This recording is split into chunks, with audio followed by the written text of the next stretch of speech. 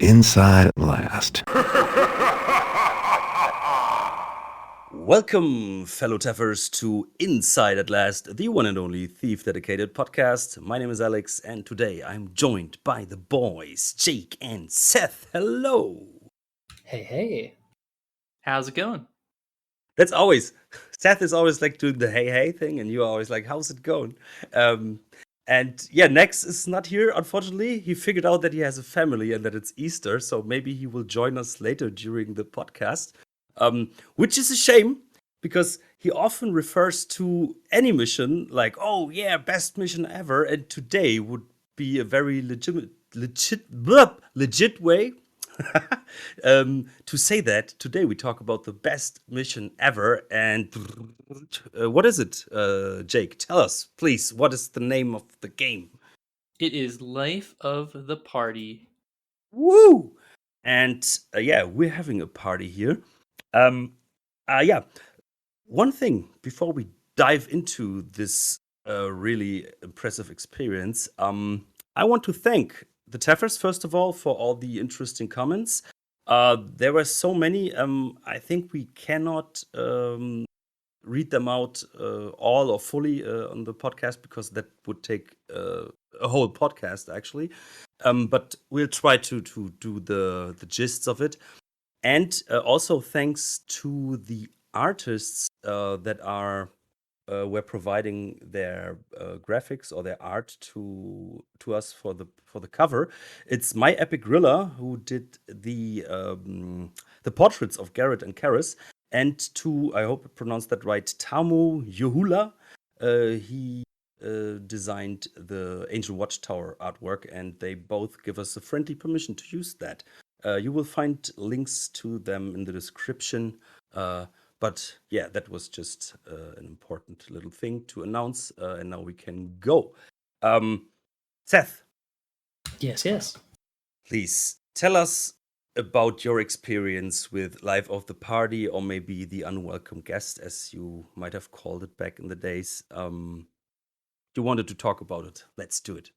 Sure. I just wanted to say that my introduction to Thief 2 was the Unwelcome Guest. So like a lot of people listening, I'm sure I played the Thief 2 demo downloaded from The Circle back in the day. And yeah, that was the first way I experienced this level. Yeah, for me it was the same. I got the demo, and of course I was already a Thief fan, and this was so exciting because we never had such an experience. But was it like the same for you, like when you then played the full version of the game, that you were just waiting for this mission to come up finally? Yeah, I was just thinking that. I was waiting for it to show up in the campaign. And Jake, how was your experience with the mission? So I think I mentioned this on a previous show, but I didn't get into Thief until the last, couple years or so, last 5 or 6 years. So I knew about this mission before I got to it because everyone's like, "Oh, this is the best mission in the game," or "This is one of the best missions in the series." So I already had kind of pre-built expectations that this mission was going to be, one of the best. So I knew like when it started, when I got to the mission debriefing screen, that this mission already had like a reputation as being one of the best in the series. So it was kind of interesting to meet for me because the expectations before I played it were like, okay, this is going to be like really awesome. So it kind of had a lot to live up to like when I played it. So I mean, we can get into that in terms of, you know, if it lived up to the hype. But yeah, there was a lot of hype for it. So because I didn't play, Unwelcome Guest, or I didn't play the demo before I played the actual full Thief 2. So kind of already came in with pre expectations, prejudgments.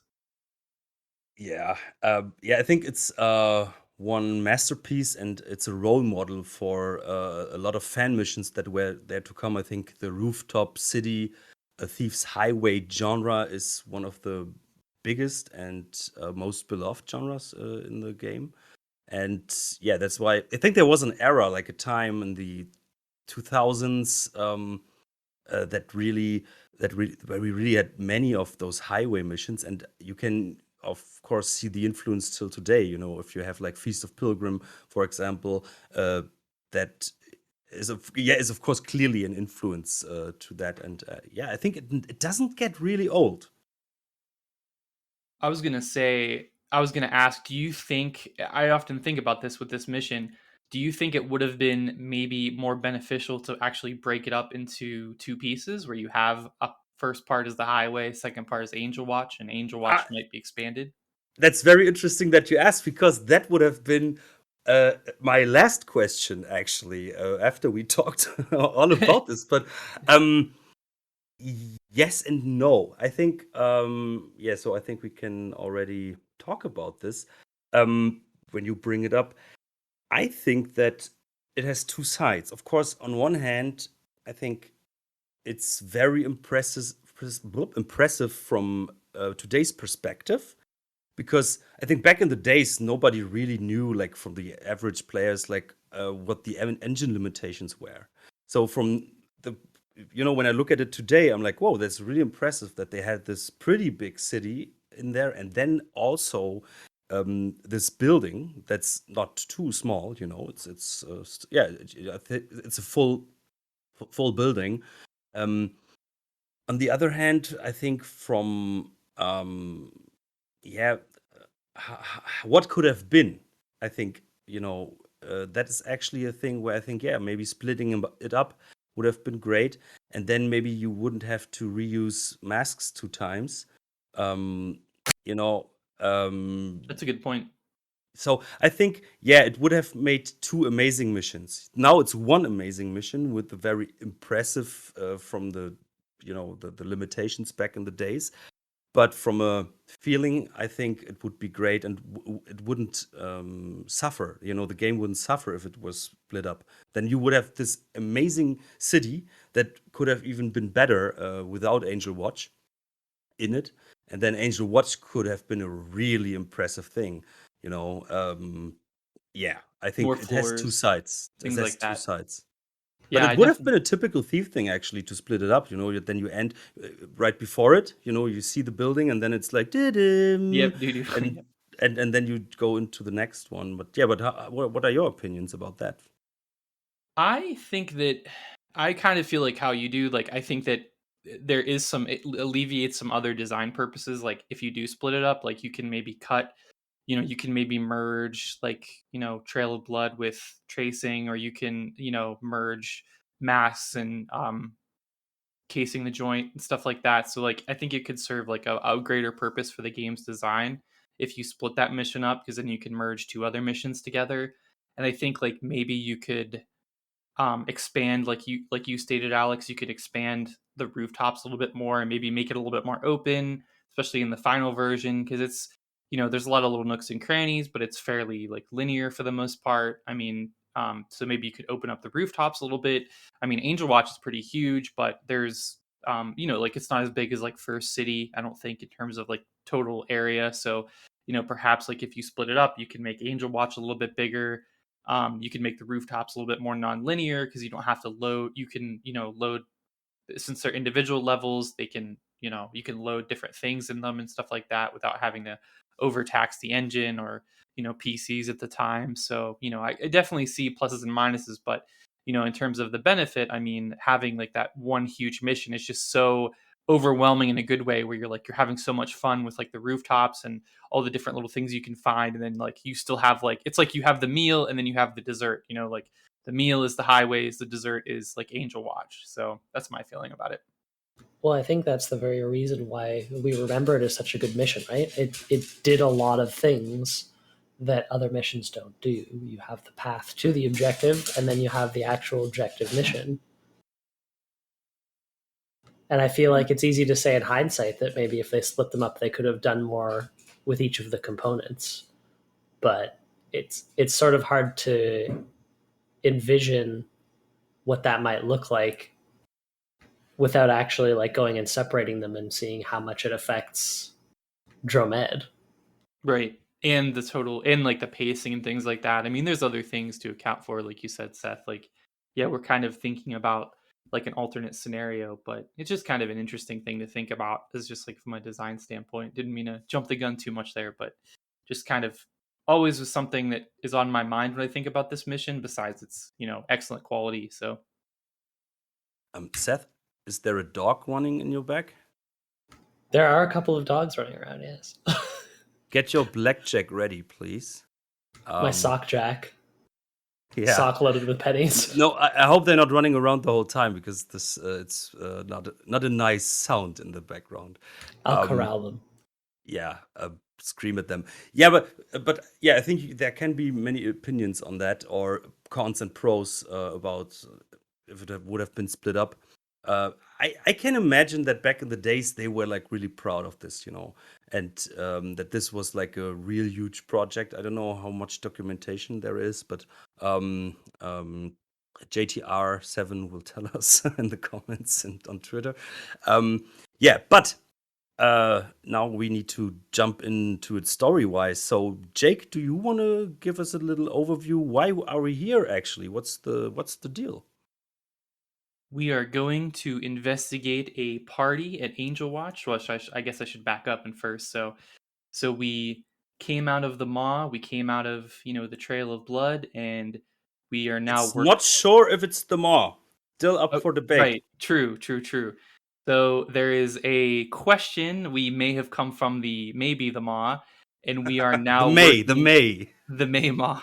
We are coming out of the so-called Maw, and we are now working with the pagans and working with Mosley and stuff like that, and working with the pagan faction. And we are working now, and this is kind of a turning point in the story where now Karis is a background character, and now he's more of the main antagonist and the main focus. So he's having a party at Angel Watch, and which is his fortress, one of his several fortresses in the game. And Garrett is decided to infiltrate Angel Watch and see what his plans are. So yes, so we should retrieve something, and yeah, and I think yeah, then we can start right about the gameplay and why it is so amazing. No, Seth is gone. I think he's killing the dogs. that's a thing. Like when he said Humanely. that, I'm like, oh, could you imagine if Thief like had dog enemies? Like how horrible that would be. How horrible they would look, I could imagine, and how You horrible sure? they would move. Yes. Yeah, I think in Filter, the dogs were pretty annoying because you didn't know how sensitive they are. Of course, you are aware of, okay, a dog must be more sensitive to sounds and your smell, actually, your appearance. But yeah, I don't know. I think it's fine. I think dogs would be pretty annoying. Mm-hmm. I never thought about it. Yeah, I don't want to get too far off, but I never like dogs in stealth games because their AI is never, I don't know, never as predictable as the humans. Exactly. Try Deus Ex is a game that has dogs and stealth sections. Oh, that's true. I'll leave it at that. Yeah, it has Dobermans in it. Yep, they are not as they're not as good as humans, but they're not as annoying as other games. True. Yeah, and Dishonored had those dogs. They were pretty annoying too. And Thief 2014 also had dogs. And they Thief were what? also annoying. Thief 2014. The game we don't talk about. I don't even know what you're talking about. That's why. Yeah, I'm sorry. It's I had COVID. I'm still it's a fever dream, a fever nightmare I had. Yeah, no, I have it. But so that's the story. So we should go to the Castle of the Future, as Garrett calls it. And I'll take his tenement any day of the week. And the great thing is actually, that's a strange thing. Actually, the goal is to get there and to pick something up. But the star of the mission is actually the way to it, and it's the city, the rooftops. And I think I replayed it 2 times actually. I replayed the full version mission, and then afterwards, because Random Teffer was mentioning it on the Discord, that he played the demo, and then I gave it a shot, and it was actually pretty interesting and still fun. I think I really like this city, and there are some comments that say like, yeah, it's pretty straightforward, and I would agree. But actually, I like it. I think it gives you a good impression of the city and what is it about and how it is jumping over the rooftops. You can really feel it, but it still directs you into that direction you have to go. It's a nice marriage of the two, but I think also it's one of those missions that the first time you play it, it lets your imagination go pretty wild, and you feel like you're missing things even if you explore. Like you're not sure if there's something you haven't seen. So you get the sense as you head towards Angel Watch that there's like a bigger city that you might be missing out on. And then when you play back through it for the fifth time and you know that it's linear, your experience is different than that first time. Yeah, if you know, um, then of course, I think Jay on YouTube said that, however, perhaps to its sheer immense size, the level as a whole does not feel very well integrated. In the bank level, you could see that the safe door is locked by a mechanism controlled in the basement, and that the front lobby cameras are controlled in the upstairs security room. These separate parts of the level work together and provide a sense of anticipation and wonder for the player. And this is what I would consider excellent level integration. I think Life of the Party lacks that. The Thief's Highway is divorced from the main objective, and the 6 floors of Angel Watch all seem to work in solitude. For example, each floor has its own Keras recording, and the 5th floor has all it means obtaining the plans. Sorry, COVID. No, that was not the comment I was looking for, but I think there are comments about that. It's so divided sometimes that you can really miss out on certain places. For example, if you sorry, my throat. If you go through that what was it? Here it was from Kubrick. He said very early by climbing atop a beam, and it really threw me off a loop. It served as a shortcut, but I really had to go back and reverse through the rooftops so as not to skip a big portion of the early level. I saw the famous conversation between the 4 guards from the other side, and only because I knew it was there, I wanted to hear it again. And that's actually a good point, I think. Can you go on? I have to walk off, sorry. I hope you're all right. I don't know if I've ever seen that conversation from the opposite side. I didn't realize you could. Which beam are they talking about? Do you know, Jay? It's the where it's that scientist, that is watching this guy, and he sends his intern Oh yeah, to space. where you get the sunburst device. Yeah, yeah, this is a conversation that somebody told me about before I played the mission, and like just hearing about it and just how funny and bizarre it is. Yeah, and you can totally miss out, because you feel really proud of that you found that little secret, that from that scientist. The astronomer? And the astronomer, right? And then you move on through the window, and then there's that area where you can go down to the kitchen, or you can go left and hear the conversation about Rothschilds and stuff. But you will totally miss out, if you don't know, that amazing conversation with the 4 guards on the 2 towers, which is actually, I think, one of the most memorable moments in Thief in general, coming to conversations. And that's actually, if you know, it's still annoying, because I always do that I go first left, and then I hear the conversation, and then I check the whole area, then I go to that big tower with that door in the middle, where there is one archer and one swords guard going in circles. Yeah, And and then, there's the explosive barrel. and then I go back, then I jump to the astronomer, and then I go through there, and then I circle around, and then later over the tower of that he's not a mage, he's a Necromancer. Necromancer, the necromancer's tower, right? Then I jump into that building with the apartments where the 2 thieves are. But it's very annoying, because you have no logical way through that whole thing. and Well, that's annoying. But that's not a good design in my opinion. There should have been some shortcut, somehow that you can go straight, that the way is not so long. but see, I think that's the bit that makes it feel more open than it is, right? Like that's the devs getting smart and having an area that is like a little confusing in a linear level, so that you can, I think most people find their way through it and they see one or two of those interactions, so they get a sense that there are interactions in the level, and then they carry on, and they don't. There's something they've missed, right? And it leaves something for a subsequent playthrough. It makes it feel like the level is more open than it really is.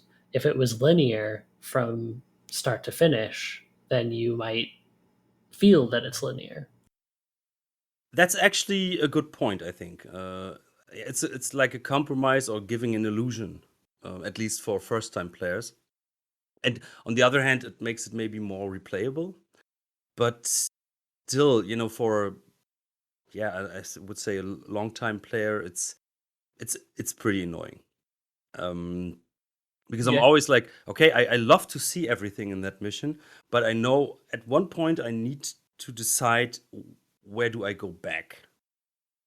Yeah, I think the mission, like, I mean, obviously the mission is designed where you can go back, but I think, like, almost in a way, it's sort of not necessarily designed for that. I think, like, you, like, kind of both of you were kind of saying in a way, it's like they kind of expect you to, like, take a path and, like, keep going forward to Angel Watch, because it isn't the most convenient in the final mission to, like, backtrack and things like that, and how they use the space. Like, it's a big space for sure, but I think, like you said, Seth, like, they're using the space in a way that makes it feel bigger than it is because of, like, the routes that you're taking. So, like, you're going, up and around and things like that. You're going sort of around things, where if you just went straight through, if there was like a shortcut or a door or something like that, it maybe wouldn't feel as big. It would feel like a lot smaller. So I think they kind of want you to just, like, keep going forward, even though obviously the mission is designed where you can go back and, pick up all the loot and things like that. So it's kind of one of those things where it's like they want you to kind of think maybe play a certain way, but obviously it's Thief, so you can play however you want to. But the problem is, for example, Skekki's mission are designed the same. They have those loops, that where you really develop a flow in your gameplay. Well, And imagine. Sorry, I didn't mean to interrupt you. and of course you maybe have to go back at a certain point to another thing, but in the whole you will have like a huge circle, and you go around that level, and you will eventually get everywhere at one point. Of course you need some creativity and you need some thinking and orientation, but it works in general. You don't have the feeling that you miss out too much. But here it's like, to see everything you have to visit places twice to get to another place. Or for example, that area close to the cistern, where there is that thief with a broken window. You go there, and then you loot the place, but then you have to go back. There's no shortcut. It's not another way that has a new loop. That brings you to the same place as if you would go through the cistern. And it sometimes feels a bit underdeveloped, I would say. Well, I think that means the mission is the victim of a compromise, right? Like Like Thief, yeah. imagine for a second like an alternate universe where Life of the Party is designed like a modern game. So you have one linear path to Angel Watch. You complete your objective at Angel Watch, and then you exit Angel Watch through a different window than you came in and follow a different path home, right? Like that would be Life of the Party if it was a modern game. So it begs the question, like, is the backtracking section of Life of the Party an artifact from when the mission might have had a bigger city area, or is it just an accident? Did they just reuse it because they needed the mission time? Maybe that's one thing. Okay, now we need to get to the demo already, because in the demo, for example, you have two ways to get into the tower. And if I'm correct, in the full version, you just have one way to get into the tower, right? I think that is correct. It's the vents in the full version, and I think you have the vents and the ballroom window in the In the demo. demo, yeah. And actually, the ballroom is first of all a very interesting way to get in. But yeah, you have those two. So then, that would make it already different. I think that in the demo it felt a bit more. I don't know. It felt better. Well, And if you go in through the ballroom window, there's a conversation, right? actually, yes, a pretty cool one, I would say, with the one of the heads of the mechanist and I would say the head of the guards, right? Yeah, it's a constable, I think, one of Truitt's constables and one of the high priests of the mechanists talking about the servants. Yeah, and then he says the guard says something like he will have a drink and stuff, and yeah, but Yeah, I think I'll let my guard down, he says. yeah, right, and yeah, but that's a cool, so you have two ways, and I think that they had to cut that because they needed the polygons for the Angel Watch Tower. I can imagine, or maybe they didn't have great ideas for the areas that are later lost in the full version.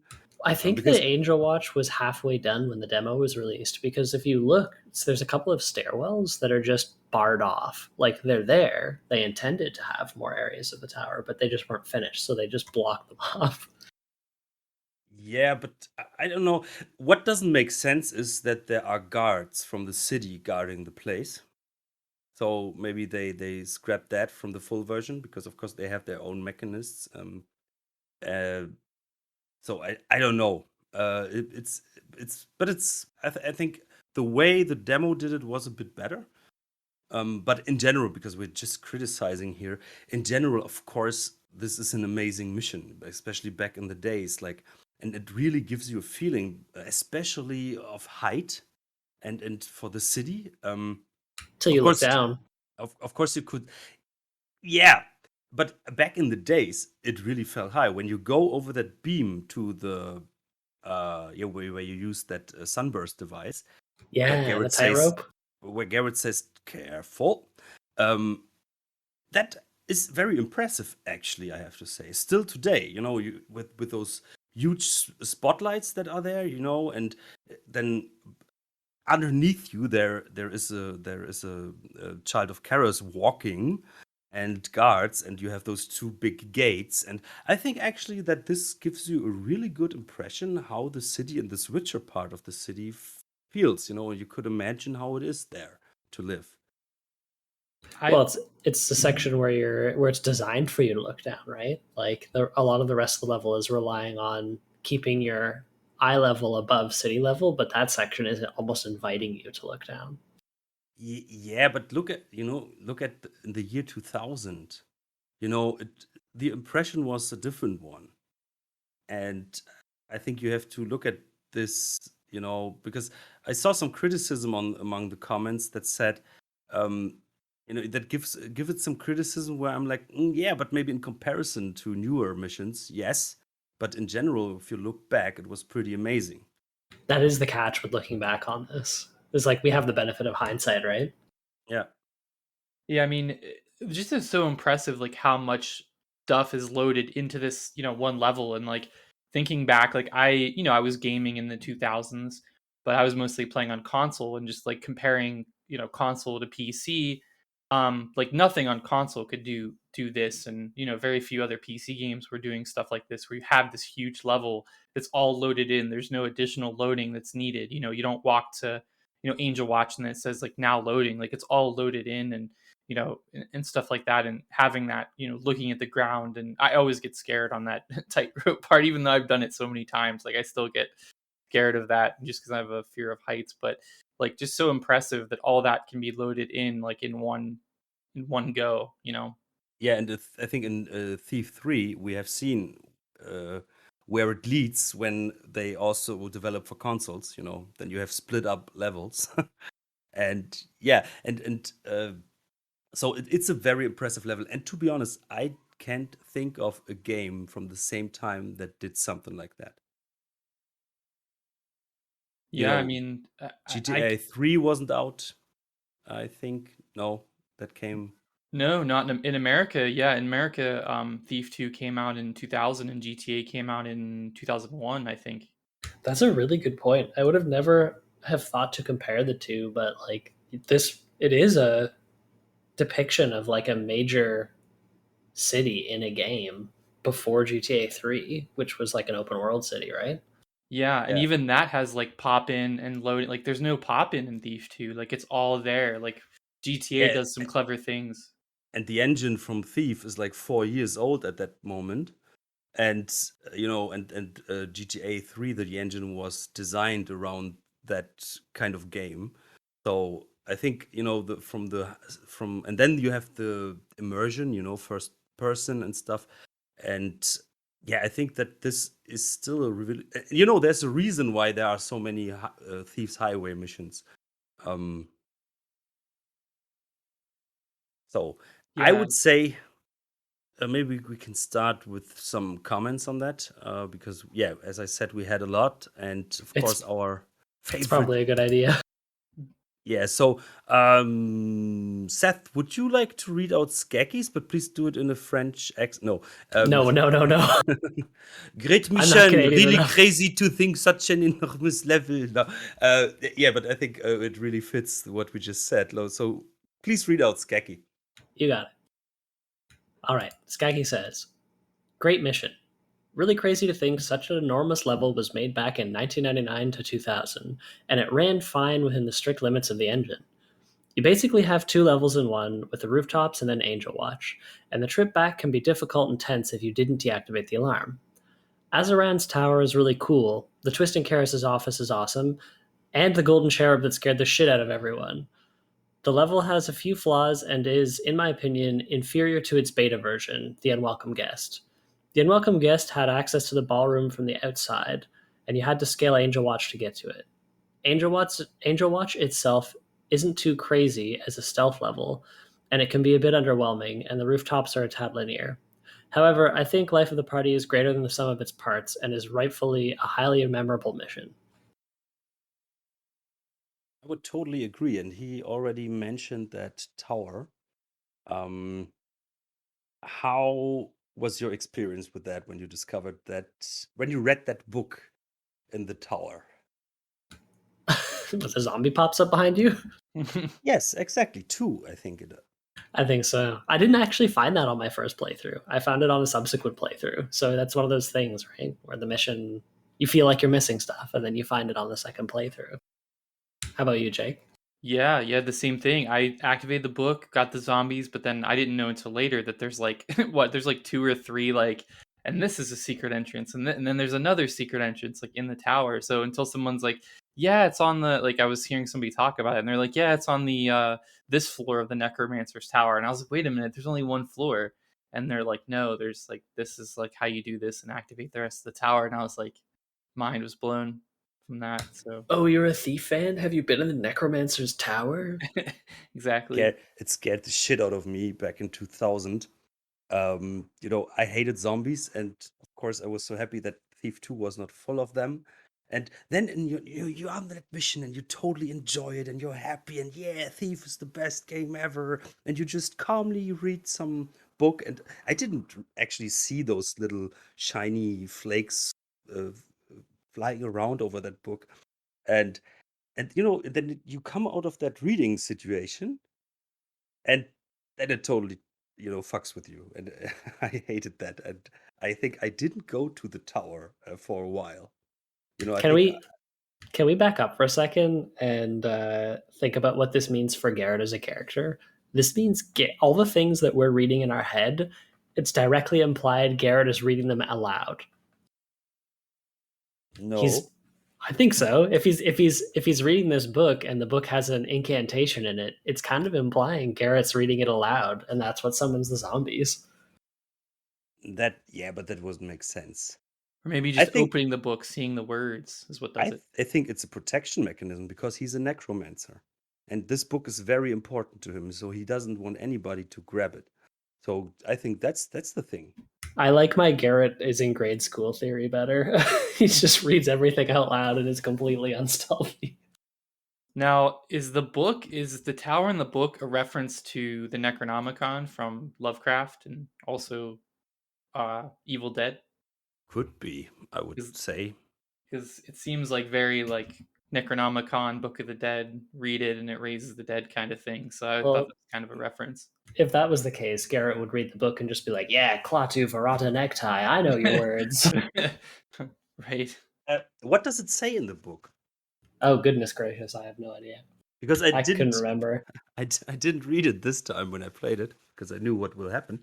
Um, Isn't it mostly like some symbols? I might be getting confused with a different book, but isn't it mostly like symbols and like charts and kind of demonic kind of thing? is it actually a language we can read? I don't remember that actually. Agloris Coranth, Caglamorex Thelorion Asu, Enlian Balm Vorvan Agror, Kalu Fendith, Kalu Khalid, Alkino Cleas, Powalnarius Veor. Jake, can you hear me? Yes. So was that actually the original text? Yeah, it was. Okay, so thank you for that. That enlightened us. So I think the theory is very funny, but it doesn't make sense. So in my interpretation, of course, it would make sense, like, and if that is an homage to the Necronomicon, of course, and I can imagine that the Thief creators were fans of stuff like that. But my interpretation always was it's a protection mechanism. Interesting. That would make sense because the tower has lots of valuables in it. Yeah, and especially this one. I think this is the most valuable thing to that guy. And yeah, so I guess It's kind of one of those things like that this level does really well. And even though we talk about the rooftops being linear, and I agree with everything Skaki said, by the way, some really good points, but it has like these little mini stories like within the level, like the tower, and then also like the guys that are trying to rob the apartments and stuff like that. Like this mission is full of, and obviously I think Alex, you mentioned like the Rothschilds and stuff like that, and so that's one of the things I think is so great, especially about the rooftops, is there's like little mini stories up until like Garrett gets to the Angel Watch, and then the main story commences from there. I never thought about it, but now that you mention it, this has a lot of memorable moments that are staying on your mind even after years. Like the Bumblesons, Rothschilds conversation, where I actually like it when you read the book in Angel Watch, who has followed the invitation, and then that it actually says that the invitation to them got maybe misplaced or something like that. So they actually got an invitation, but they didn't read it, and so now they're angry. with that. all that insecurity for nothing. Yep. Yeah, and but to the tower, what I really like is the implementation of the two elevators. This was so cool. Oh yeah, that makes me feel really clever when you figure that out. Yeah, and what I didn't figure out is, there's that secret switch in the fireplace. Does that open the trapdoor to the torturing chamber? I think it does. Because I made a save in between, and then I couldn't, go back and test it. So yeah, I think it must, because I didn't figure out what else it would open. Yeah, but the whole thing, first it seems like it's just 2 floors, and then it's like actually 4 floors. And those two simultaneously going up and down elevators. There's such a little thing, but it's so much thought just put into that tower.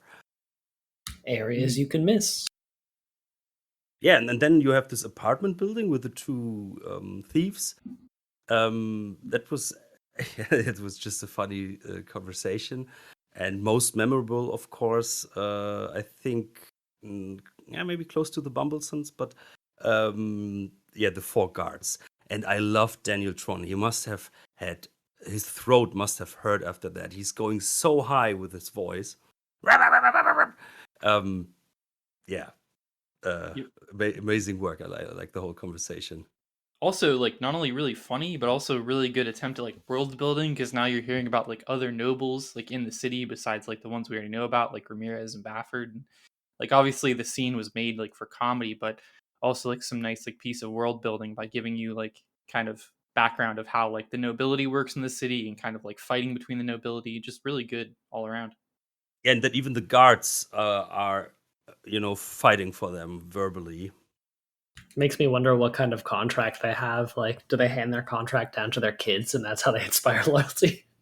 I think it doesn't work with like how the guards in general act, because they are always like mumbling and they don't like their job and stuff like that. But then they are standing on rooftops and fighting for their bosses.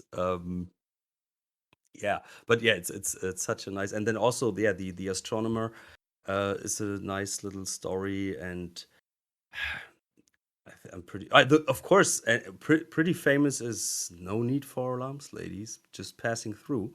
And when I did my live stream of the demo, someone mentioned that it's a bit typical that, of course, there are those defenseless women, and of course you knock them out, and it's like he was like arguing, it's like, you know, um, yeah, against women, raising your weapon and stuff like that. But I think it's maybe a bit too much interpretation, because on the other hand, I knock out everybody equally. It doesn't matter what gender they are. Well, does the game afford you the ability to pass through that area without alerting anybody? Like, it's a ghost mission. I feel like Yeah, you can. in the full version, yes. In the demo, I don't think so, because there's that one woman standing right at the window. There's more women, isn't there, in the demo? Like, when I played it, I think, isn't there 3 or 4 in the demo, and there's only 2 in the final, I think. In the demo is 3, and in the full version it's 2. Yes. You can actually get to Angel Watch without going through that building, I believe. Because I played it today and I never passed through that building during the demo. So at least in the demo, you could get there without Yeah, going in that the, in way. the demo, yes, because you can go the other way through the ballroom, but in the full version you can't. That's the only way. You have to go through the bank area, or of course you can go the other way around, but from that point you pass this keeper room, that secret one, and then you can just go through that room. But I think they are placed in a way that you can go. But of course, I never tried. For me, they are sleeping. Right. No need for alarm, No ladies. need for Just alarm, knocking just you take a out nap. and passing through. Speaking of the keeper, is it possible to knock out the keeper? I don't think so. I don't think so I've either. never tried. I heard somebody, again, this was just something somebody said, and so people can say whatever they want, but someone was like, "Oh, I heard that you can knock him out if you're quick enough." But I'm like, I've done that where I'm literally like Yeah, saving as much time. and I found Mew in the Pokemon games by moving the truck close to the MSN. Exactly. You know, no, I think that he's not even. I think he's not even like a full character. I think you could walk through him if you would He just reach doesn't have him any in time. collision. I would guess, but yeah, I don't know. It's just a wild guess. Speaking of wild guess, Random Teffer said, probably my favorite mission from Thief 2. I remember when I first reached it, I played it over and over and didn't want it to end. It has the funniest conversations in the game with some fantastic voice acting by Daniel Tron. Oh, yeah, I agree. It is the first and ultimate true Thief's Highway map and inspired many other fan efforts over the years. It was certainly a big inspiration for Feast of Pilgrims. I definitely poked around in the Dromat many times when I was building. I have not played The Unwelcome Guest, but Skaki has convinced me to give it a go. If it's superior, I should set it to take the place of the OM in my Thief 2 playthroughs. Yeah, and then he played the demo. Yeah, is there a way to do that? I'll have to he mentions that. That's a good idea. I'd be curious to see like having that take the place, or if there's a has anybody finished anybody finished the demo in terms of like adding the rest of Angel Watch? Because I think that'd be really interesting to actually like see how that changes the game, like in terms of swapping out Unwelcome Guest for Life of the Party, especially if there's a way to actually finish it, I'm not experienced enough with Drawmed to completely understand how all of that works, but I think that would be really interesting, like exercise and just seeing how it changes the game. I think in theory you could just drop the mission file into your directory and overwrite Life of the Party and it would play, but I'm not sure that it would actually like go on to the next level after you finish Unwelcome Guest. Mm-hmm. I think there's a trigger that sends it to the next level at the end, if I'm correct. But I'm not sure. Okay, that's interesting. Yeah, we'll have to follow up on that. Maybe I'd be curious to see how that works. So I could imagine that people try, but I don't know. It's that is something for the listeners to tell us. Um, yeah. The next comment I think is pretty interesting from Plutonia because actually, I have to say something afterwards. So, Jake, would you give it a go? The Plutonia comment. sure, Platonia says, some sick bastard of a level designer put the only friendly spider in a room where you have to walk past it before you read a text that says he's friendly and his name is Long Daddy. So a lot of players probably saw the spider, immediately killed it, and only afterwards found out that he's harmless to anything but garden pests. One of my favorite aspects of Life of the Party is the heavy anachronism of theme. Thief is simultaneously medieval, Victorian, and in some ways modern. Dayport is not like the other city districts. Instead of a lot of small houses of different construction with unplanned zoning, Dayport has high rise housing projects, office complexes, and penthouse suites. But instead of being glass boxes or commie blocks like actual modern architecture, they are made of stone block, fired brick, and neoclassical ornamental design. They have plank shutters on windows with wrought iron frames and disc-cut glass. Without cars, the paths between buildings are mostly narrow walkways, putting high-rise buildings closer together.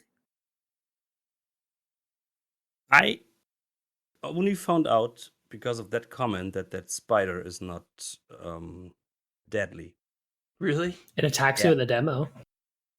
Yes, it does actually, but you know, it's that okay. It's a spider, kill it, and you know it's in there when you played it several times, and then you open that door and boop, arrow, dead. You know, why would I ever have the need to find that out? Even if it would say even the text it never occurred to me that this spider is actually friendly, because it's it can still be trying to defend the building. So for Right. me, it's like, yeah, but you guys all obviously knew that. I did. Yeah, I knew that. That's so funny to me though that you just found this out. Just shows you the power of Thief that like they're still discovering things. And I mean, it's really funny to like take, spiders are so annoying, especially in, there's a lot of them in the first game. So to like have a spider and be like, "Oh, he's friendly," and then kind of set him up in a way where I think you're kind of encouraged to kill him. I think it's a joke. Yeah, I definitely think it's a joke too. It's like It's a a joke. vegetarian zombie. Yeah, you're supposed to kill him, and then you're supposed to read the book and be like, "Oh, he was friendly, and I killed him." And then like the player kind of feels bad in like a really like humorous way. So He didn't live very long, Daddy. uh, yeah, yeah, but that was cool to explore that, and of course I tested it then, and yeah, it was correct. Um, and what he points out is, and I think that's actually very true, that like the simultaneously medieval, Victorian, and in some ways modern thing. And I think what I like is that the thinking of some people is already so hundreds of years from whatever time area we're talking here, ahead, like like that astronomer who wants to go to the stars, and uh, yeah, that's and it looks very modern. You could see it as like a modern old European city, but of course with a modern touch. And what I would also add is, and here it comes, here you can really see that like Thief is a very serious game, but the inhabitants of that are just comics. They're you can't take them serious. yeah, there's I- no. Oh, sorry, Seth. I was just gonna say I'm imagining a trip to the moon, but with Thief characters now. There's a mission, I guess, where you are on the moon. I don't know. Interesting. or at least or at another planet. But yeah, um, yeah, a trip to the. There was that Ultima game where you go to the Mars with strange characters as well. Yeah, just thinking of it. Just to No, kind of but speak on what you're saying though, Alex, like it is sort of, and what the comment was saying, like it's sort of a thing where I feel like it's a unique like Thief 2 thing in particular, because I feel like Thief 2 really steps up like the steampunk, like modern elements. I think like the previous game and the subsequent game, like Thief 3, kind of don't feel as modern, at least in my opinion. Like I think it's a unique like Thief 2 thing. I mean, there's Yeah, I agree. technology. Yeah, there's but that's technology, but but it suits the whole topic because there is this very Rogue modern faction. faction right that really wants to go forward, and they have a very outstanding technology, of course. So I think that this suits it very well, and the whole the whole city looks a lot cleaner, and yeah, it's like it's getting more modern, and of course the quality of life improves in many ways for some people at least.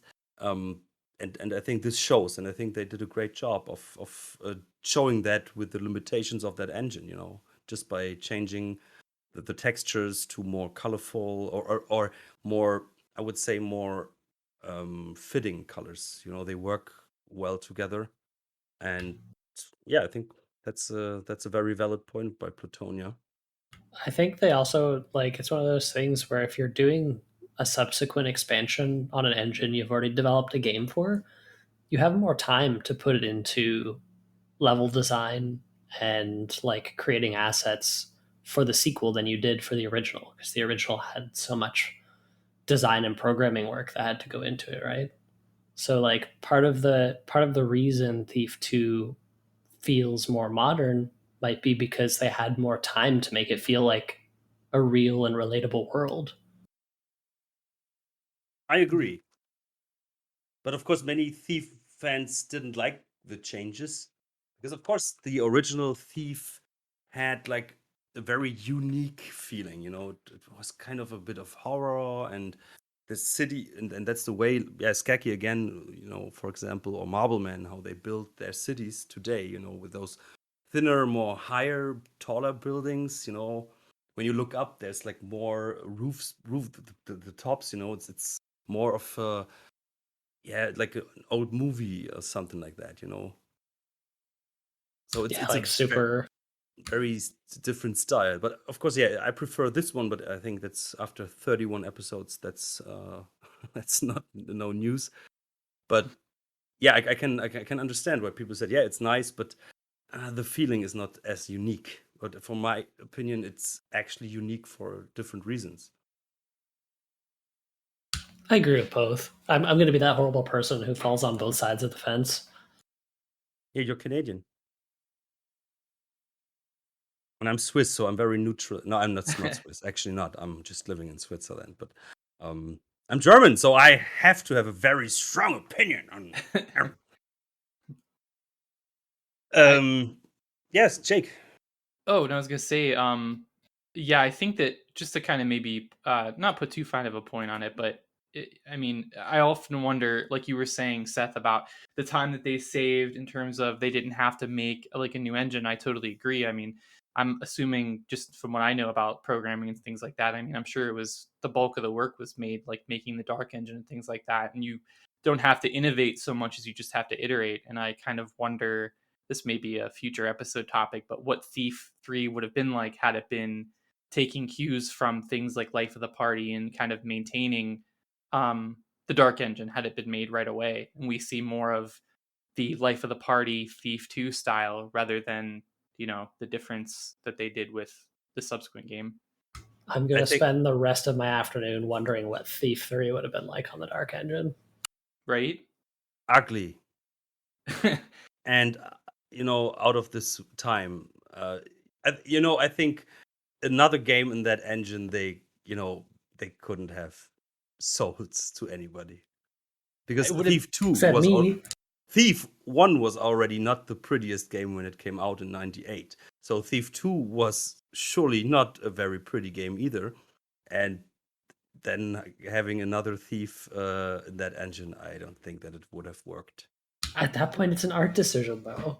I don't think so either, because like you said, like just comparing it to other games and other engines like the Unreal Engine, like it just did not, the textures were just not up to snuff. But if they would have gotten it out maybe like in like a year, because I mean it was like a year between the first game, Gold, and then 2, like a year between each subsequent one of those. So I'm thinking like maybe if they were to get something out in like 2001 that was like up to the high quality. I mean, because I think at this point they were pretty experienced with working with the Dark Engine and working with Drawmed. So, like, I just kind of wonder that. But I totally agree, Alex. I mean, the engine. I mean, I played other games from the same era, and yeah, Thief it's not the ugliest, but it's definitely the character models especially don't hold up so well. As we said, GTA 3 came out 1 year later, and yeah, so then in comparison, it would have looked a bit strange. Mm-hmm.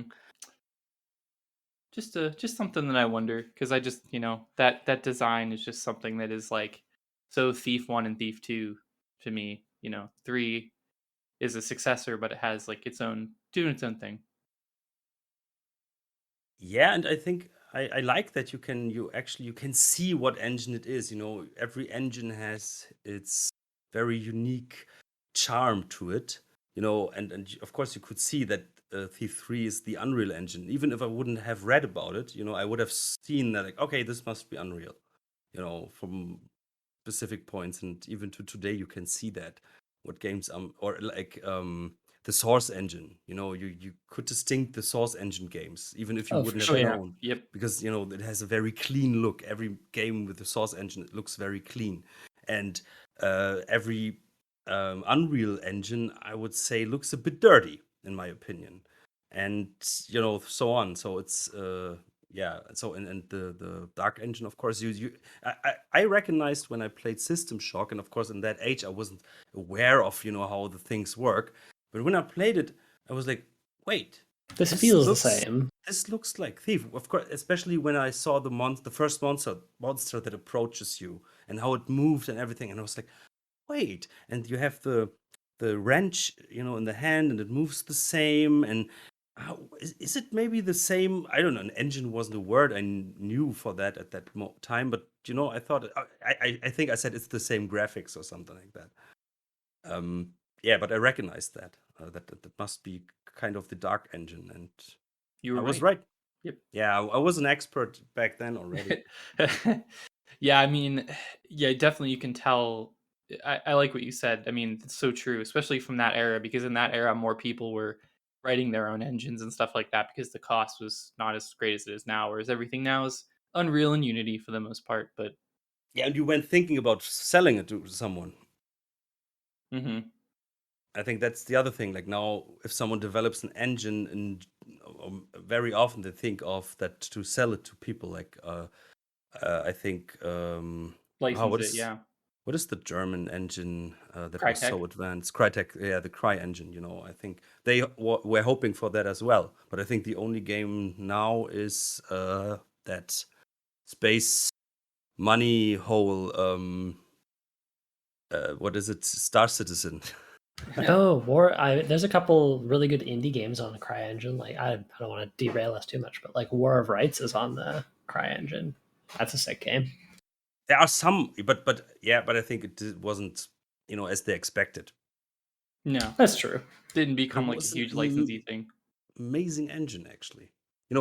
Even some years ago, Crisis, the first one, was still like up for technical tests. Like how good is the graphics running, and that's pretty impressive.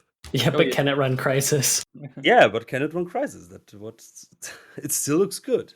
Yeah, it's don't want to get too far off, but yeah, great game, great technical aspects of it. So it's Zulu one time again, so I have to read this the way Zulu would have said it. How would you have said it? Zulu1 said, "It's my favorite T2OM10. I strongly remember playing it as a child and how mind-blowing it was. Prologue. I think it was the first mission including a joint intro with another character than Garrett in the non-animated black and white style, besides the intro of Thief 1 Escape. For me, it was the refreshing to not only hear Garrett's thoughts, but a complete dialogue, with Victoria also teasing him a bit. Is this really Garrett, the Master Thief, I hear talking? It still makes me smile. Yeah, I think we didn't talk enough about like where we came from, actually. Like how a change of tone this mission was. Like after all those bad experience in the woods and in the Maymore, suddenly you are in this amazing environment, zombie free and whatever. Non-supernatural for the most part. Non-supernatural, I would say. Yeah, there were no zombies before, but so refreshing. And what I love is when still today, I love that every time the mission starts, and the moment you jump into the mission, there is that bell sound. Yeah, it And- really sets the tone. And I don't know, it always gives me a very warm feeling, like coming home. Yeah, me too. I get that. It's I don't know, it's a moment where it's like, and sometimes I just start that mission just for that moment, and then I play something else. But I just like it. I half expect you to say, sometimes I just start that mission and sit there and cry. Wait, I'm the only one that does that? Well, I cry all the time. Besides, you know. But Jake, you wanted to say when you cry? Yes, when do you cry? Yeah, so I cry just because, like you cry said, engine.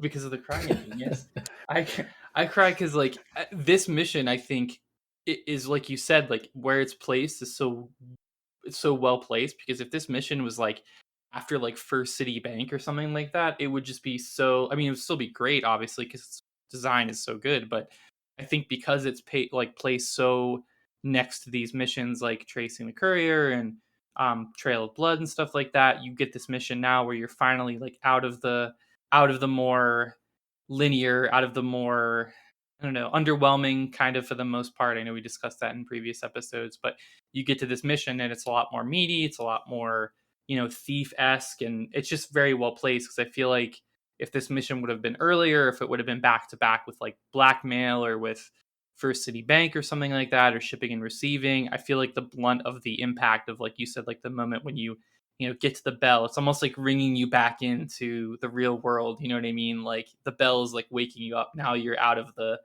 dream world. You're out of the maybe maw, and you're into the actual like physical world. So just really well placed.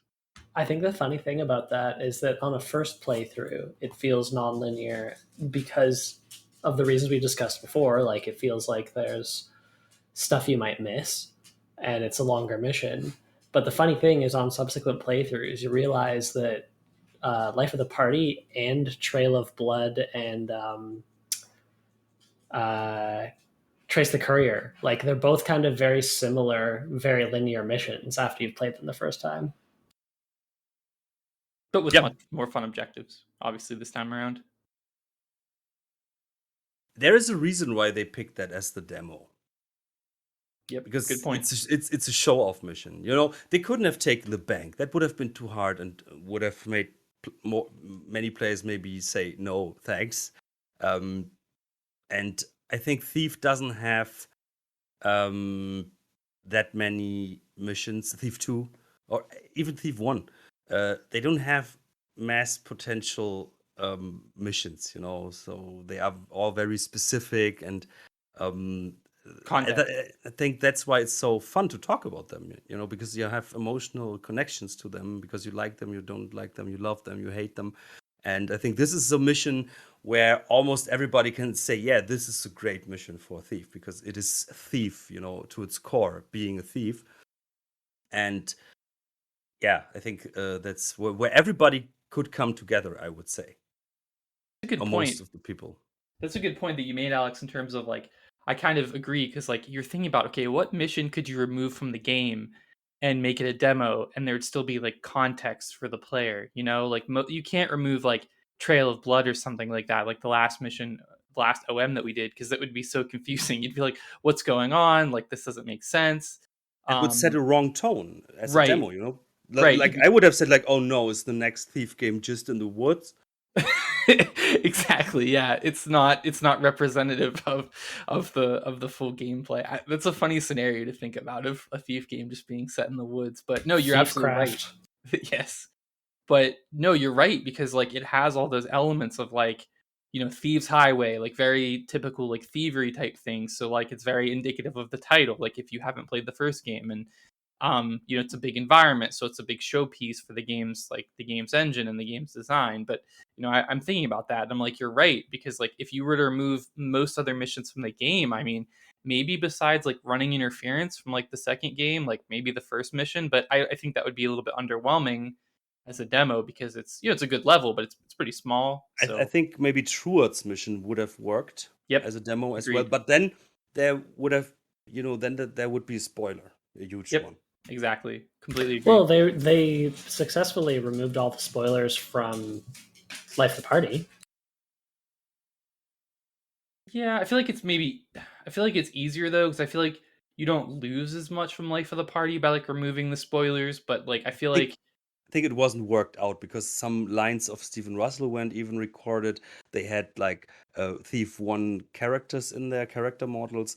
The Metal Beasts weren't existing. So I don't think that they totally figured this out, like what will be, what will be in the finished version. Yeah, I mean I just completely agree. Yeah, I mean, it's kind of crazy to think about nowadays. Like, imagine a lot of games nowadays don't even have demos, but if they do, it's usually not like the best slice of the game. Like one of the best pieces of the game. It's usually just like something at the beginning or something random. But Thief had the confidence in itself to be like, okay, here's a taste of the game, and it happens to be the best mission. It was a work in progress, the demo, which was actually, I don't know if they didn't have, I think they didn't have the time and money to do something else. So they were just like, yeah, this is well developed enough, and the theme is fitting for, this could sell the game. 100% agreed. That's Yep. usually how it goes. But Zulu went on and he talks about the Thief's Highway, because I asked him if he could maybe, yesterday I told him, or some days ago, like, please make it pretty short, and, and then he just gave us the block text. So then I was like, oh yeah, that's so great. Now you give us this bunch of text, and then he added some, he made some lines in between so that it's easier to see or to read. So then he says, the Thief's Highway. The mission itself is huge for the engine limitations back in the days and has multiple settings. I really like that there is a whole mechanist mission nested into LOTP. But you can also witness a necromancer's tower, where many makers took their inspiration for their city missions, by the way. An odd scientist who plans to explore the stars with the help of the sun's power. A nobles couple complaining about the rich people concerns. A guard conversation with meme potential, and one of the most remembered in the community up to today. And even the keepers, who are foreshadowing that Karis is carefully watching every step of yours. Another honorable mention is the one archer shooting fire arrows, who cost me more than one run. I'm questioning myself until today why he is there, and if he was an oversight by LGS. Where is he actually? I don't remember. I remember there being an archer shooting fire arrows, but I forget where that is. Is it in the part where there's like the tower, and then there's like the little overlook, and then there's like it's like made of stone, it's made of stone, and then you walk down the steps, and yeah, like I think it's I think of the same. You mean that one where you go through to the what we said, where you walk over the street on that little where he says careful. Yeah. On that little beam. Tightrope, yeah. Yeah, and before that little tower where you, and you have 2 fire arrows that you can pick up there, I guess. Mm-hmm. Yep, that's what I'm thinking of too. That must have been him, yes. Interesting. Yeah, but it's interesting if it maybe it was on purpose, because there are those fire arrows. Yeah, it seems like it would be. It's placed there, so it's like it's not like it's just like there's environmental context to like what's going on. So Yeah, it that's seems deliberate. But Yeah. who would expect that? It's like the spider. Maybe the same dev that plays the spider plays that archer. Maybe, but like I wouldn't then I must expect when I pick some water arrow somewhere up, that the next guard will shoot water arrows or what. What if there was a cut book from that section where it was like the guard was like, "I love these new fire arrows" or something like that? Like that would have been great. That it would have some humorous thing. Yeah. Fire arrows are great, but the boss tells me I'm causing too much property damage. Yeah, something like that. Yeah, exactly. Benny. Yeah. Yeah, now I'm an archer and I love those fire arrows. These arrows are on fire. Yeah, they keep me warm in the cold. What What I really love that just comes to my mind about that mission, it's a city mission, but the whole time you hear this summer night sounds, like the insects, and it has a very warm summer night feeling, which I really like. Yeah, Did you play it for the first time in the summer? I don't know when the demo came out in Germany, but must have been it must have been in spring or summer, because I remember when the demo came out, I acted sick, so I could stay home.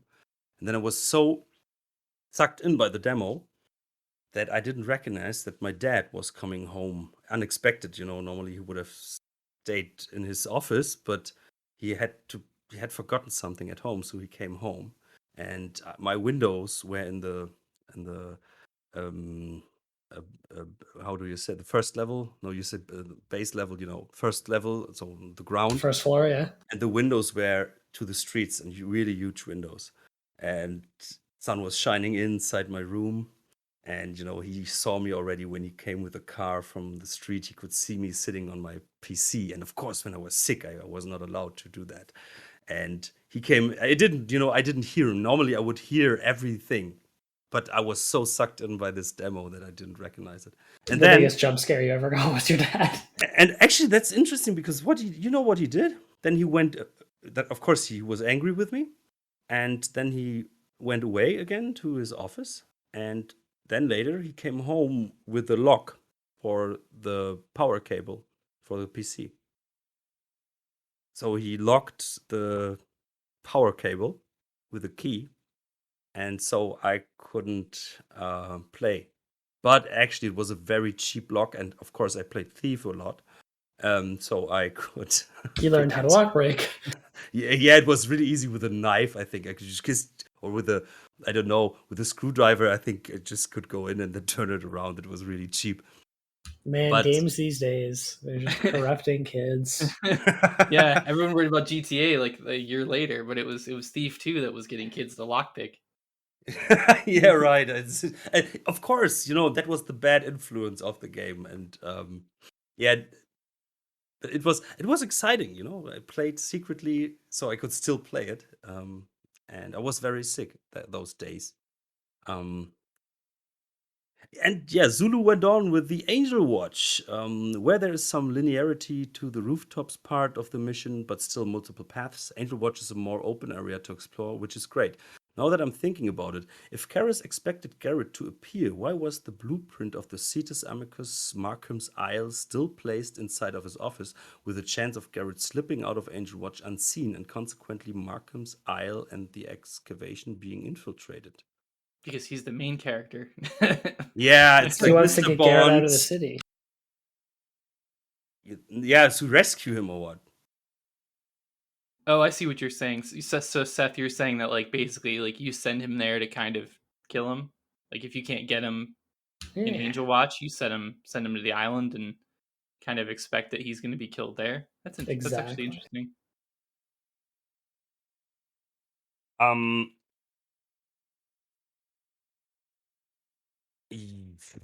Interesting. I think there wasn't much thought put into this. It's a question only the devs can answer. I mean, it definitely seems like it was probably something where it's like, okay, you have to have the villain at some point do something stupid, because if the villain is like making 100% rational decisions and is completely outsmarting the main character, then the main character obviously has no chance to catch up to the villain. But I mean, I guess you could kind of interpret it that way, where it's like, well, if he has these plans, it's not really going to change anything because he's just going to go there and be killed by the horror of the seas anyway. So, I but think he underestimates Garrett. true. So first of all, I think Karis he is doesn't. arrogant. Yeah, Yeah, exactly. but I think that of course he expects that the alarm goes off and then the whole city is wants to kill you. But yeah, the same, Garrett would still leave with those documents, and then maybe he would be killed by a fire arrow, and then, or maybe the plans would fall onto the streets, and someone Yeah. would pick it up, or yeah, it's a bit Falls out of his stupid. coat pocket or something. Yeah. Yeah. And he's like, I got him. Just like fine, picks up the plans. But that's a good point though about the about the alarm. I was gonna say was, did you guys find the alarm your first time? Because I found it by accident. I was just trying to explore every single nook and cranny of Angel Watch. I found the switch. I didn't even know what it did. I just pulled it. I don't remember, to be honest. I Yeah. think, I had that guidebook, so So you couldn't fail. maybe I think I read it through there. But I have to say, this is a son of a bitch secret. That is really, really hard to find. It is. Yeah, no, because it's like it's not only in that one closet area, it's like really like up against the wall, and like the space that it's in is really tight, so it's very hard to see. Even when I know where it is, I have to kind of take a double take and look again for a second because it's really hard to see. Exactly. I always remember this way, that this is a wall that seems to be surrounded. The door frame is surrounded by some metal stuff, and that's how I remember it. But still, it's I think the secret with the statue is pretty cool. I like that's something you can find. But Well, this I think this Thief 2 tries to it tries to warn you early on there's going to be weird secrets, right? Like in the shipping and receiving mission, there's that one that you have to shoot the crystal ball with an arrow. So it's kind of like in the second level. It's like, yo, there's secrets that are going to be hard to find. It's not. It's an open secret that there's these secrets. But is that secret very game changing? No, that one is not. But that's why you teach it early, right?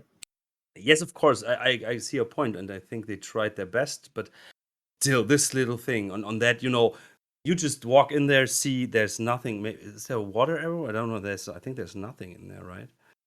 And yeah, that is really hard to find. But of course, on the other hand, it's if we think of how stupid Kara's decision is, this is actually a plausible way to hide your secret switch, so where nobody would expect it. Mm-hmm. And that's how Yeah. we know Karis is smart. He is to a certain degree, but yeah, he's arrogant, and that's the problem. It's always the problem with the main. It's his anyway. character flaw. Yeah, and I mean, He thinks he's bigger than the builder. if he puts it like behind glass and has like do not press or something, or do not flip, like yeah, it makes a lot more sense to like have the switch, how hidden I mean, it has to be one of the most hidden switches in the series, I think, right? Yeah, and I'm very divided over that switch because on one hand, of course, the player feels very, very smart. And but on the other hand, you are missing out a very intense part of the mission if you hit that switch and deactivate the alarm. That's true. Because Yeah, the walk back is so easy if you do. because I didn't actually remember that the whole city wants to kill you. After that, because yeah, usually I flip the switch, I deactivate the alarm, and that's the way to go. But I didn't remember until I think Skaki's comment it was, or now here Zulu one as well, that actually this is the thing. And I actually think that the way back this way is even more exciting, of course, and adds a lot of tension to it, because when you deactivate the alarm, you just walk back. If you in my case knocked out everybody, then it's just a walk. It is really tedious because that's what I did too. I think like the first time, like I said, the first time I did it, I found the switch completely. I got lucky, found it by accident, and that's what happened to me because I knocked out most of the guards and stuff like that. So like it was just very tedious. Like walking back, I was just like, okay, like this is just a platforming challenge. Like at most, there's no like it's not really a stealth challenge because everybody's been disposed of and stuff like that. So that's a good point, Alex. I mean, it almost is like makes the mission. You almost lose content by hitting the switch. Of You course, it's a lose choice. content actually, Yeah. but on the other hand, of course, it feels like Garrett failed, kind of. You fell for the trick. Yeah.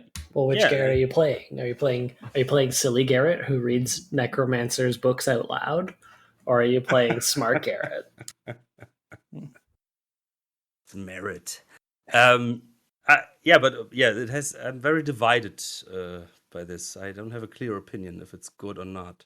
What if the switch, instead of being hidden in that closet, what if there was like another room or like another floor in Angel Watch, and it was more of like a traditional stealth challenge where it was like maybe like a guard's lounge or something like that, and the switch was more obviously placed, but the challenge was like, okay, you're in like this guard's lounge, let's just say, and like the floor is all marble, and let's say there's maybe like 5 guards. It's like a medium-sized room, maybe like half the size of the ballroom on the top floor, and it's more of like a stealth challenge where it's like, okay, there's some like furniture that you can kind of hide behind, but it's a pretty hard, relatively hard like stealth assignment for you. What if that was how you deactivated the switch instead of it being kind of like more of a secret?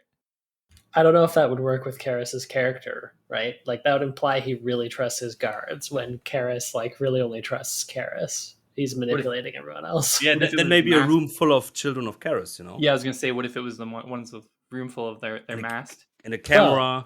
Has Angel Watch they're actually a perfect, camera? so- Does Angel Watch have a camera? I don't think so, right? I don't think it does. Well, On the yeah, it bottom does. floor. It does in some of the back rooms too. Yeah, the room with the like the church or the chapel, I think has a camera, and then I think the first floor also has a camera. I played it on expert and I don't remember any camera. There's a readable somewhere that says, "Hey guys, make sure you turn off the security system so the guests don't accidentally get killed. It would be bad PR." Yes, there is a camera in that area, right? But it's not activated. Mm-hmm. So are there working cameras? I don't think so, right? But that's a very strange decision because I think that takes a lot of the challenge. Mm-hmm. Well, you're supposed to be playing smart Garrett, who is doing this on the night he knows there will be the least defenses. And of course, back in the days when you played the first time, this mission is a challenge if you don't know what will happen. When you go down into that church-like area.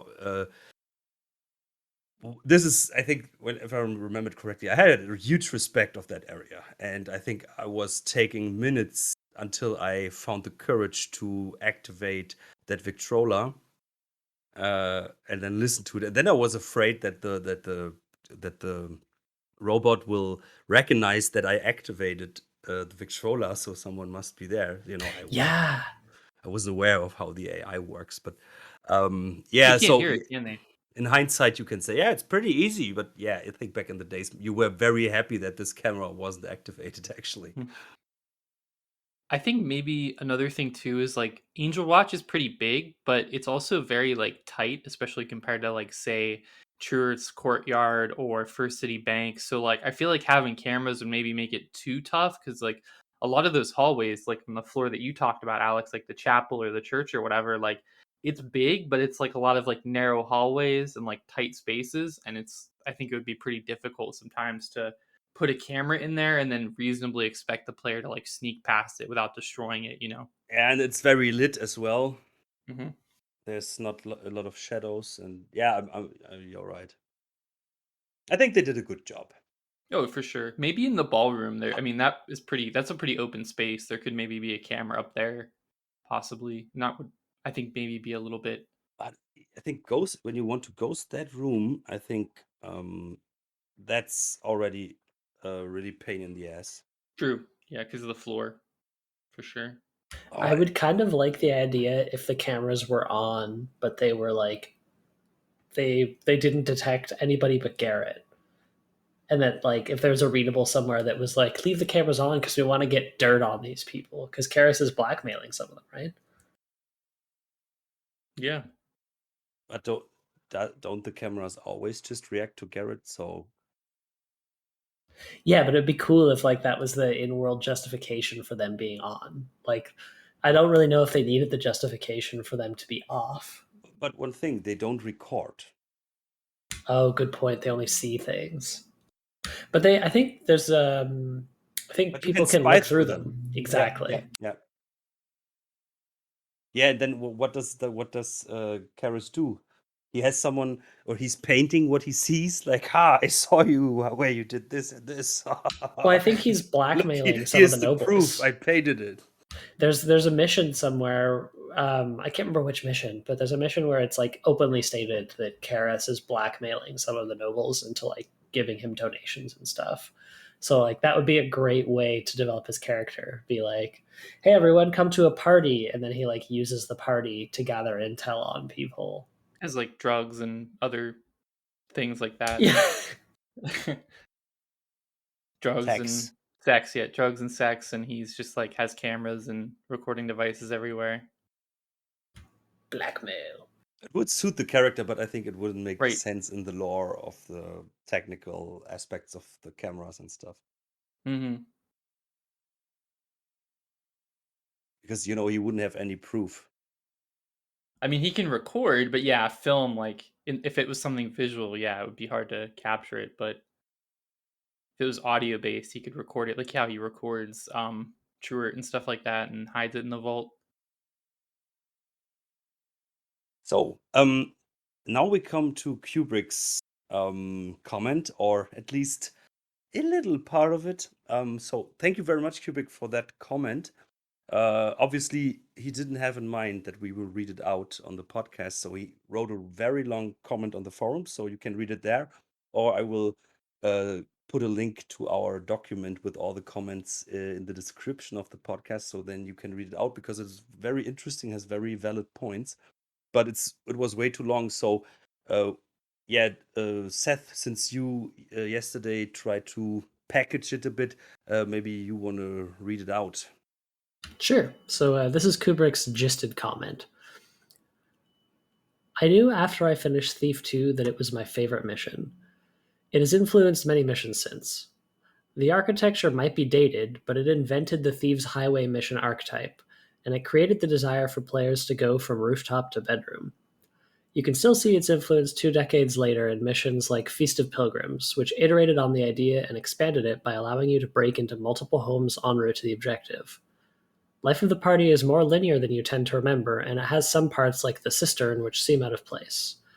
I feel like the mission is a product of insecurity at LGS. We all know Thief started as Better Red Than Dead, and became the Dark Project instead due to fear about the reception of the Better Red Than Dead mechanics. Is Life of the Party a product of the developer's fear about committing to a non-linear level? Does anyone know if there are any dev diaries or comments about the level? I think that the whole game is a bit like that. So just for me, better red than dead means like, it's better to have something damaged than not having it. Is that like No, what he's speaking of is one of the very old, maybe the first, I think, idea for Thief, which was like I think the Ken Levine idea where it was going to be like a no, zombie no, game. what does better red than dead mean? The original I think pitch for what would become Thief, like before the Dark Project, because Thief, the Dark Project was like just the Dark Project, and before that it was Dark Camelot. Exactly. Yeah. So The original pitch for Thief was Better Red Than Dead, a zombie fighting swashbuckling game. And then Okay. Now, because I thought it's just some kind of saying, that you say, oh, better no, red than dead, yeah, the story behind Better Red Than Dead is that I think it's sorry, the dogs are coming.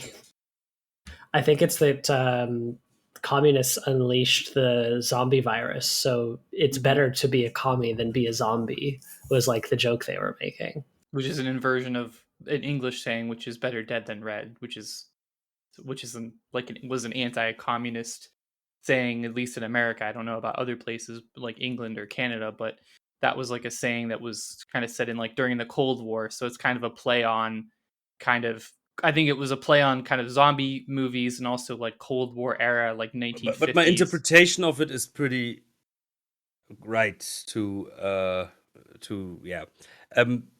So I think the whole thief, when not we, but when I talked to Next and Psychosis about Mission 3, the police station, where there was this last level of the building that was almost empty. I think almost every mission has like those parts where you can see it's they crafted it together under not the best circumstances maybe. And I think a mission like this, of course, is an even bigger, um, yeah, huge pile of work. And I think what he says with that cistern area always, even back in the day, seemed out of place for me. I always was wondering, like, why is that there? It doesn't make sense. You could just give me, I don't know, a room with a window and another window, That It was kind of has the feeling of an area that was like going to be another branching path, but never got finished. Or they made it this way, so it's not just a straight path. So still you have some orientation, maybe. That could be my interpretation of why they did it. But yeah, as I said, like it would have been even way better when you have that where the area where the thief is, and no, I think just in the demo there was the spider, right? The big spider in the hole. But that this is a dead end, and then you have to go back, and then you can go into the cistern if you want. But yeah, this feels a bit, the missed opportunities there. But I don't want to say they feared, they were afraid or anything. I think it was just what they could do. Yeah, I would tend to agree. It seems a lot more like it's just a product of like that's how game development goes, right? You start something and sometimes you don't always have the resources or the time to finish it because of a deadline, so you just end up having to rework it quickly into something else. I also think that the timeline here that he has, like, I think he's absolutely right about the cistern, but the timeline here is like a little bit confused for him because Better Red Than Dead became Dark Camelot. And I don't think people who actually worked on the game obviously can speak more to it, but based on what I've read, I don't think that the zombie Better Dead Than Red game got very far. I think it was mostly pre-production. I think Dark Camelot got further because there's video that you can watch on YouTube of Dark Camelot or early Dark Project when it was about the Legend of King Arthur, but it was flipped on its head where Merlin was evil and stuff like And you that. play as Mordred, yeah. You play as Mordred, yeah, exactly. That I think got further because there's actually video of that on YouTube. So I think Better Dead Than Red was like very early pre-production. Like they just had some, from what I've read, just some sketches and some early ideas. So I think the timeline that he has is like I don't think it went from Better Dead Than Red to right to Thief. It went from Better Dead Than Red to Dark Camelot to Dark Project to Thief the Dark Project, if I'm not mistaken. So I could also, like, when I was reading Kubrick's comment, I think he was making reference to Better Red Than Dead, but he didn't explicitly say that. So there could be, I could have like interpreted his statement the wrong way. But it seems like he's alluding to the really early betas. Or not betas, but like the really early versions of the game, the early pitches. Yeah, if that's the case, then yeah, I'm not sure. I'm not sure I see quite the connection like you were saying, Alex. I don't think those things are correlated. But I agree with the thing about the cistern being out of place. So I think this wouldn't make sense. Like it's a totally different game, and I think there are no artifacts from the Better Red Than Dead or anything. I don't think the connection is makes sense.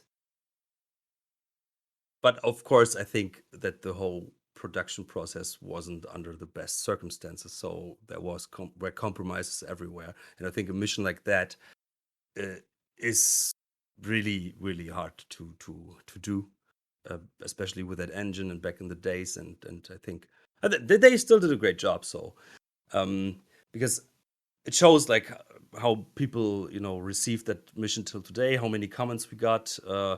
And for example, Snake on the forum said, and that I think is very interesting, that he said, I think Life of the Party to Thief 2 is what the sword is to Thief 1 and the cradle is to Thief 3. They are each the standout missions of their respective campaigns and tend to be at the top of most fans' best missions list. And I would agree. Yeah, I agree. I mean, But- the hindsight does make but- things come across as criticism, but it has just one difference to the other one. It doesn't have that interesting twist, I would say. I think the other, okay, of course, the sword, of course, also lived from its architecture and the whole magic, and that was really like a piece of art. And the cradle, of course, had his own very unique horror style with, very interesting ideas. I think that Life of the Party works more on the technical level, that it's impressive, like that huge city that we described earlier. And I think that, or we think that there wasn't any game at that point that gave you such an immersive impression of a city, and that you could actually walk through, or at least at the rooftops. So it's for different reasons. I think it's a standout mission because the story, is okay. well, I guess we should ask Jake, right? Like, what did you think? You played it in modern times, like after everybody else. How did you feel about it? Yeah, I mean, I love Life of the Party, and I feel like that, like it's still impressive to me because I can still kind of put myself like, I mean, I was playing games then, and I was playing console games, like mostly Nintendo 64. At that time, I had a PC, but not really one that could probably run Thief, so it was mostly on console and stuff like that. So, I mean, this mission, just like knowing what I know and putting it in context of the era of 2000 when it came out in the United States, like yeah, there was nothing like this on Nintendo 64 or PlayStation, and besides like Deus Ex, which I think maybe came out a little bit later, a couple months later in the United States, like around the same time. I think they came out the same year here. They both came out in 2000. Yeah, there was nothing where with levels this big, this interactive, without pop in, without loading of any sort besides the initial loading. So, I mean, I played it in modern times, like you said, Seth, but still just like going back and like comparing my notes to like what I know of that era, it still like impresses me, like looking at looking at old technology and looking at old inventions and being impressed by how they did so much with so little. So for sure. One question that just occurs to me, because when I played it, the first thing I did after some minutes was turning off the fog, because the city has this mission has a pretty thick fog to it, but I don't like it. I like to look far in that mission. Ah, I think that it doesn't really add to the atmosphere, so I immediately turn it off. so I actually do the opposite. I prefer it with the fog because I feel like without the fog, you lose a sense of depth, and the fog really makes things in the background feel distant, right? It creates a haze. There's a depth haze. So I actually like the fog on for the opposite reason because I think it brings your focus to your surroundings and makes things feel bigger than they are. But for me, it compromises this summer night feeling. Of course, you could say maybe it's all the dirty air that is Yeah, also I was going to mentioned. say you must have really clean air where you live. I'm in Switzerland, of course. Even with the masks, it's like fresh air. No, but it's very interesting because for me, the atmosphere is better without the fog. Because I really have that. It's a chilly summer night, and everybody is chill. There's this party at the Angel Watch Tower, and Garrett is this wrong figure in this whole nice atmosphere. I think he does say it's a hot night, so that means a lot of open windows in the full game version, in the finished version, I'll say. So I guess there is a bit of dissonance, but like you could also imagine that like if it's not pollution, it's humidity. Like humid air can create a fog. But not on a chilly, warm summer night like that at this time in a city, as in the fields, of course. But yeah, I must but, be but missing out. I've never had a chilly, warm city night. no, but when you are like in a more not so urban area. Of course, you have like fog coming from the fields and stuff in summer, which is really amazing. But here it doesn't fit. But of course, it could be the pollution. But for me, for my atmosphere, I turn it off because I like it, to look further and yeah. But I think it's very interesting to see those different approaches. Did you play with it on or off, Jake? Oh, I am muted. Apologies. I played with it on. I don't really mind the fog. I kind of maybe am more on the side of like less fog. I should probably play with the fog off because um I do kind of like to see out. I like to look at the environment and just like kind of take it in, especially like see off into the distance, especially in a game like this where everything is like loaded in. So you don't notice any details with the fog off, do you, Alex, that you would have otherwise, or like I should say bad details, like things like that you shouldn't see, like it's not No, covering anything up. I don't know if it maybe back in the days, but I think back in the days the fog was actually uh, not so good for the hardware, I guess. Yeah, it would have been a Um, little bit more not intensive, I this fog. think. Of course, there are games that use fog, like the PlayStation 1 and Silent Hill is a good example. They used Right. fog to hide that, but I think here it's more it's actually putting on to the hardware.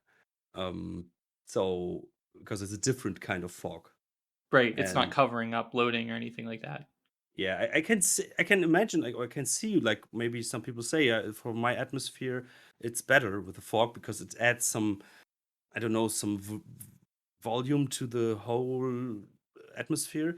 But yeah, for me, it's more like, as you said, like, I want to look far and I want to see, oh, look, and I like to see the lights at the end and the windows and stuff. So yeah, but as I said, I think it's interesting. Think it makes sense to have fog because you're so like high up that you're getting into the point where you're getting some atmosphere, but I always associate fog with like horror and stuff like that, and this mission has like no horror in it besides the comment that somebody mentioned about the about the child who just scares you, but that's just a little jump scare. But I always associate fog with like horror because of like all the old monster movies like Dracula, Frankenstein, Wolfman, those kind of things. Like we're so heavy on just fog, like pumping in fog everywhere. So when I think of fog, I think of like old kind of horror. So obviously this mission isn't traditionally a horror mission, but I mean, I guess it more makes sense, I guess, from an environmental standpoint that you'd have fog. But for my personal preference, yeah, I mean, I haven't turned it off, but I probably should because I do typically prefer looking out, seeing all the buildings, like nice clean view of a big map. When you Just mentioned that child in conjunction with horror, I had like a memory pop back into my head from like the first time that the golden child popped up. It actually didn't scare me. I thought that I thought that I just missed it on the way in, and I'm like, what are you doing here? And then when it didn't start attacking me, I thought I glitched the game. I thought I'd broken one of the AI. So I started trying to like hit it with my sword and blackjack it, and I ended up chasing it all around Angel Watch, trying to figure out like what it was. Garrett's just like, get back here, kid. Get back here, you! Garrett's just chasing kids around. Yeah, no, I just remember hitting the button or whatever, the book. Um and yeah, it just scaring me, but it was a jump scare. It wasn't like that kind of horror atmosphere where it's just like fog is pouring in and you're hearing like spooky noises, like, it's like the zombie groans from the game. It was more just like, you like, know, fuck you. yeah, Um, exactly. but to be honest, the golden child. Is there any connection or any explanation why this pops up or why it suddenly appears? No, I don't think there is. You know, maybe it was the same guy who put the spider there, who added the zombies, and then he was like, "Oh, this reading mechanic that suddenly someone spawns is really cool. Let's do it. Makes Like, we me we have this unused golden boy person. Uh, where do we put it? Yes, of course. When he reads the book, why not? it makes me wonder like what got cut If those are the things, the little tricks that made it into the level, what tricks didn't make it in? Yeah, you can just ask the developers. And I think you see this. You see the cherub again at Soulforge, right? The what? You see this what? The little cherub, the golden child. I think you see it at Soulforge again, don't you? Might be, yeah, but it doesn't really have this. It's not adding anything really. It doesn't have a purpose. It sounds. Okay. So weird. Why fan and why theory. isn't he called? Why isn't he called the child of Karis? I was just gonna say weird fan theory, but like, what if that's the kid Karis made for himself? Like, what if that's Karis's little protege, and he just has this fatherly need that's not met, so he makes himself a child. I think that's it. That's what that was always my interpretation. Like I can think that Karis has some really pervert. Karis's literal child. Not pervert because of not perversion in that way. Maybe with children. Not saying that, but he has this strange. He can only have some emotionally perverted connection to something what he imagines is the perfect way of life or not life. Does the child talk though? Do we know if it's completely human? Because we don't. No, it does. It just does. Yeah, it just makes weird little babbling noises. And also, yeah, really... that's interesting. If it was actually a child before, yeah, but that's even more twisted. Oh yeah, no! But I don't think so because, like, the servants, they have those masks, but this boy has this watery eye, like the cameras and like the children of Karis. Doesn't he have the wind up thing too? In the intro, we see the cherub's face, but on a spider bot. We don't see it on a child, right? So it makes me wonder if, like, originally we were going to see this as a child and then it was going to become a boss character or something. They don't do boss characters, so I don't. In the same way that the trickster is a boss character, like a boss character that you're supposed to circumvent and defeat by, like, trickery. Yeah, maybe that's why he's indestructible to your weapons. Yeah, that might be. I guess the more practical assumption is that you're just not allowed to show kids being killed in video games a lot of the time. So maybe they just made it indestructible for that reason. But it's not a real child, so. But what if the player thinks it is because of the narrative that, like, he's converting humans?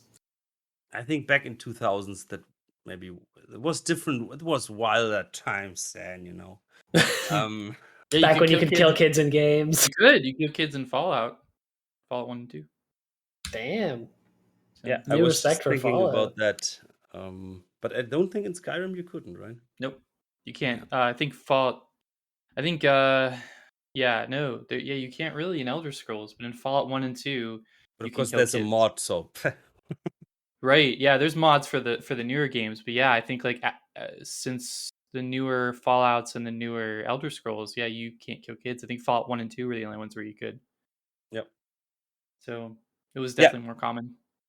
But Snake goes on. While today sprawling city rooftop FMs are very common and possibly overdone, I would say no. I think they're still. I think, of course, now they come, in rarer occasions, like in some time where there have been really many.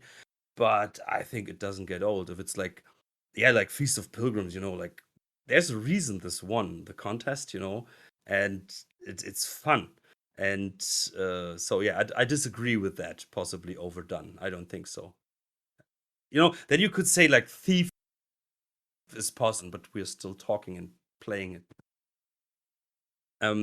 So we had never seen anything quite like it before. The only real glimpses we had of the city were the brief trading sections and assassins and the underwhelming ambush career missions. There, I would agree. Again, while many city FMs today are much larger and more intricate than LOTP, at the time it was a massive mission and provided the most extensive view of the city and the most opportunity for open exploration up to that point. Yeah, agree with what he said about what did he say? About the intricacies of the newer mission, or of the fan missions. But yeah, I mean at the time of just like going through all the OMs for me, yeah, it's definitely can't think of many more that are just big and intricate. The next part is, I think, also a bit controversial. What makes LOTP work so well is the level of detail put into each section. There are many areas to explore, and it feels like a real-life breathing city with people and stories in every area. The sense of scale is heightened by the time you arrive at Angel Watch, as you realize there's almost another entire mission inside LOTP. With the detail, I think he means like story-wise details, I would say. Mhm. Because and I would agree from a environmental point of view, I would say no. But of course, it's the limitations of the engine. But yeah, so it's a detail or detail. So I would agree with the little side stories and what you explore. Yeah, there's a lot of stuff going on, and that's why there are so many memorable moments. Even if you cannot interact with them, but it's just a dialogue or something. Yeah. Yeah, Like the ones we went over. I think that's what he's talking about, like the ones that we talked about, yeah. the tower, the Rothschilds and stuff. I agree, but I agree with what you said too, Alex. Like, yeah, there's not as many like texts, there's not as many readables in this mission for the most part, especially compared to the size of the level. And there's not as much, like you said, like environmental storytelling, but there's a lot of like characters and dialogue and those kind of stories. Speaking of readables, what I really liked was that in that kitchen, when you can, after the astronomer, uh, where you can go down You can Santa Claus down the in the chimney. chimney, and then you read that readable where she says like, "Hey, we cannot meet next to the alchemist anymore," and then it's like because there's this woman always, like pressing her face through the window, and uh, that was a really interesting readable. Because you get some imagination, but I didn't really get it. It was like, okay, what's this about? And I See, think the there is payoff would be if you went to that space and there was a woman with her face pressed up against the window. Yeah, that would have been amazing. It's the hag. Yes, of course. They are foreshadowing it They were already. planning ahead. Yes, of course. They didn't have, because like Thief was so easy to create. They were like, yeah, since we're still working on this, but will the next game be? Because this one here will be very successful. Well, what the Caddick is in the game, like the hag is technically in the game though. Like besides, obviously, I was joking about the window, but yeah, the girl that she takes the form of is in one of the cutscenes. I forget between which mission, but Really? yeah. Huh? What are you talking about? This is news to me. The hag takes the form of that little girl who, and somebody mentioned Cradle earlier, who you eventually free from the cradle, and then she takes her body back. But I forget which mission it is, but she appears reading the keeper stuff in between the missions, in between one of the missions. I forget which mission it is, but the hag is in the game, so maybe this is the hag. She's looking for. No, wait. I think that's in Thief 3. Yeah, that's in Thief 3 in the cutscenes. No, she's. I'll do some research, but she's. But is she already the hag? Gamal, you mean? Gamal shows up? Yeah, the little girl who's like, my hands are glass, like she's reading like the prophecies. Okay, yeah, was she the little girl the whole time? The little girl died. Like the one that appears in Thief 2 is definitely the hag. Although obviously I don't think they had that plan. They probably were just like, this is just a creepy little girl who's reading the prophecies, and then they eventually expanded on that in the third game, and were like, That's yeah. That's I never thought of that, but it makes sense. Yes. mm-hmm. Damn, that would be interesting. I don't remember that, so I will need validation. But if that is the case, that would be very interesting. I'm trying to remember. Oh, Jake is right. Jake is basically right, but I'm not. I don't know if it was said that she was like this little girl the whole time. Yeah, I think that the plan is probably like, let's just have this creepy little girl. No, not from the developers, but in lore. If you now play Thief 3, is it explained like this girl must have been the hag the whole time? So it doesn't need explanation in Thief 2, but then you can, like what you just did, like make the connection, like okay, so that little girl was the hag the whole time. I Is think it like, is the explanation like that you can make that connection? I think so. I don't know what the timeline is. The little girl's name is Laurel, and then when the hag takes, like I think Seth mentioned, when the hag takes Laurel's appearance, then becomes translator Gamal. But Oh, isn't but Laurel in Thief 1? Isn't there a space in the old quarter where there's like a little girl like asking, you can hear like the voice of a girl asking for Garrett to like feed her or something? I don't think so. I mean, according to the wiki says that Laurel's first appearance was in Thief Deadly Shadows, but Gamal's first appearance is in Thief 2. Um, Dang. So, and judging by the appearance of Gamal versus, because you see Gamal in Thief 2, and then you see her also in Thief Deadly Shadows, and then you see Laurel in Thief Deadly Shadows. Gamal is like a corpse, like I mean, because literally she's possessing her skin or her physical appearance, so she's very like corpse like with her like my hands are with that robotic Hmm. kind of voice and stuff like Yeah. that. But when you meet Laurel, Laurel's like a regular little girl. So based on like her voice and her mannerisms, then yeah, I mean she would be the hag in Thief 2. And I think that they mentioned that the hag has been, when Garrett figures it out or they figure it out, like the hag has been kind of undercover in the Keepers for a while. So, but yeah, I don't think the plan was to have um like, oh, this is the hag and she's going to appear in the third game. Like, I don't think that was the plan. I think they were just like, I wonder, the person reading these prophecies should be like a creepy little girl. Like, I think that was probably more the idea. And then they expanded on it. So, Interesting. But yeah, that's something for another day, maybe, to follow that path. But When whoa, we do Thief 3. yeah. The mission is not without its flaws. In hindsight, Angel Watch is a little disappointing, partly due to limitations of the time. There's not as much detail or areas to explore in the tower itself. The next point might be a strange criticism. Oh wait, I think actually that, of course, if they would have split up the missions into two, I think then of course Angel Watch could have been a way more impressive mission. But I actually like Angel Watch Tower because it's pretty compact. There is everything is there, and of course, I think it doesn't give you the feeling of this huge building because you're just on the top floors, but there's way bigger basement underneath. But um, I think I like this area, and it has its details. I think they really tried to put in something interesting into every level, of the building. There's this library, and there's this with all the cogs, moving, and when you look up from the ground level and where you see those three balconies and the yeah, I think it's very interesting. What is your impression of the Angel Watch Tower in general? The place that's the most memorable for me is the huge atrium with all the balconies, where you can like jump from balcony to balcony. Kill it. He's locked in a bedroom.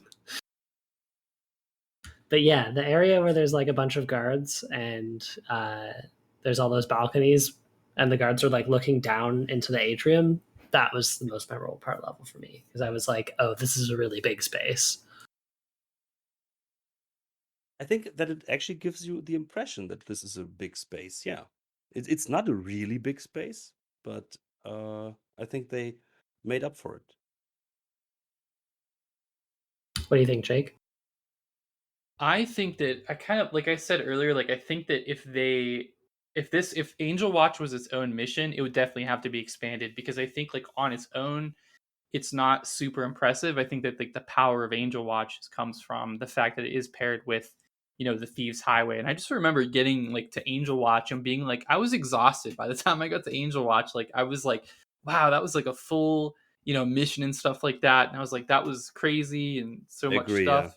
And then I got to Angel Watch. I was like, oh man, like I'm done. Like this is good. And then I had the whole tower left. So in a way, it was kind of exhausting. But it's definitely impressive. I don't think Angel Watch to me is as impressive as say like Truett's Mansion for some reason. Like I think Truett's Mansion is a little bit more impressive. I don't know why, but it's still pretty cool because you can take the elevator and I like the ground floor because there's those like pillars that you can like kind of walk on and it's almost like the tightrope where it's like very anxiety provoking.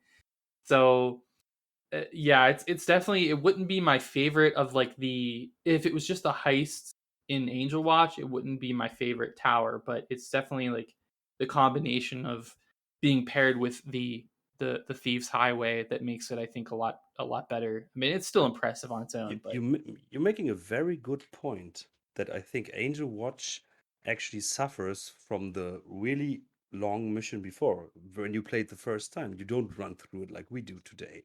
mhm. Yeah, you take your time. I could spend 2 or 3 hours in the city part, and you're totally right. When you then come there, you're like, oh, oof, really?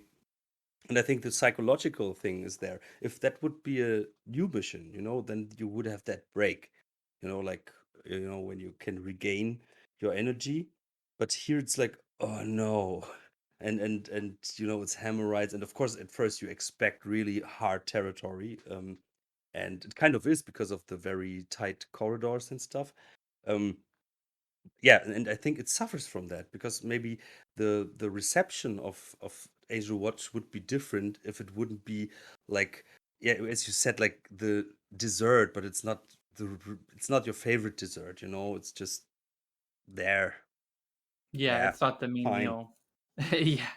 I mean, that's how I felt the first time. And like you said, Alex, like we on subsequent playthroughs, like I know where all the loot that I want to get is. I know how to get to the loot goal easily. So I know how to kind of min max now. I know where all the enemies are, so it's a lot easier. But yeah, the first time, I mean, I distinctly remember because it's only been a few years. So I remember the first time that I played the mission, I was like just so like exhausted was the feeling, like because I had spent like I think my final mission total was like 2 hours and 25 minutes. Like it was nearly 2.5 hours for the whole mission for me. So I mean, this clocked in for me is like easily like the longest I think in the game. I think the only ones that came close maybe were First City Bank and shipping and receiving, and of course sabotage at Soulforge. So I had 1 hour 11 or something like that in the screenshot I posted, right?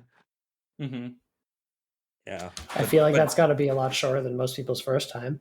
Of Yeah, course. As I right. said, I could spend 2 or 3 hours just in the city, and of course, in the tower was even more because it was really tight and full of guards and people, and um, it's yeah, it sucks on your energy. Yeah. Um, and I'm and sure then the devs like realize that through playtesting though. Like maybe that's why they positioned the mission the way they did. I don't know. I don't know. There was so much time. Um, but Snake goes on with the next point might be a strange criticism of the mission, but it's almost because LOTB is so ambitious and executed so well, the mediocrity of everything else in Thief 2 stands out. Yeah, I can give it that. With the exception of maybe First Citibank and Trust and Masks, nothing else in Thief 2 comes close to LOTP. I would add Towards Manor, as you earlier mentioned, Jake. It sometimes feels like the designers poured everything they had into LOTP and could not replicate the same level of quality across any other missions. I think the legacy of LOTP is seen today in many of the best of M's, particularly Feast of Pilgrims. And for this, I think the community can be very thankful. Ah, I think this is still the way how they started to create Thief 2, like, levels first and then the story and stuff. So, yeah, it's Mhm. hard to tell in hindsight or what, but I think it's an interesting point. Agreed with his list. I mean, like you said, Alex, I think we're both in agreement that we'd probably throw Truett's Manor in there with the whole estate and everything like that. And I'd maybe throw shipping and receiving because that mission's also pretty impressive from like a scope standpoint. But those I are also like definitely. Showskate. Oh, you mean from Framed? Mission 3, I with the names. I think it's Framed. I think Framed is mission 3. Yeah, maybe.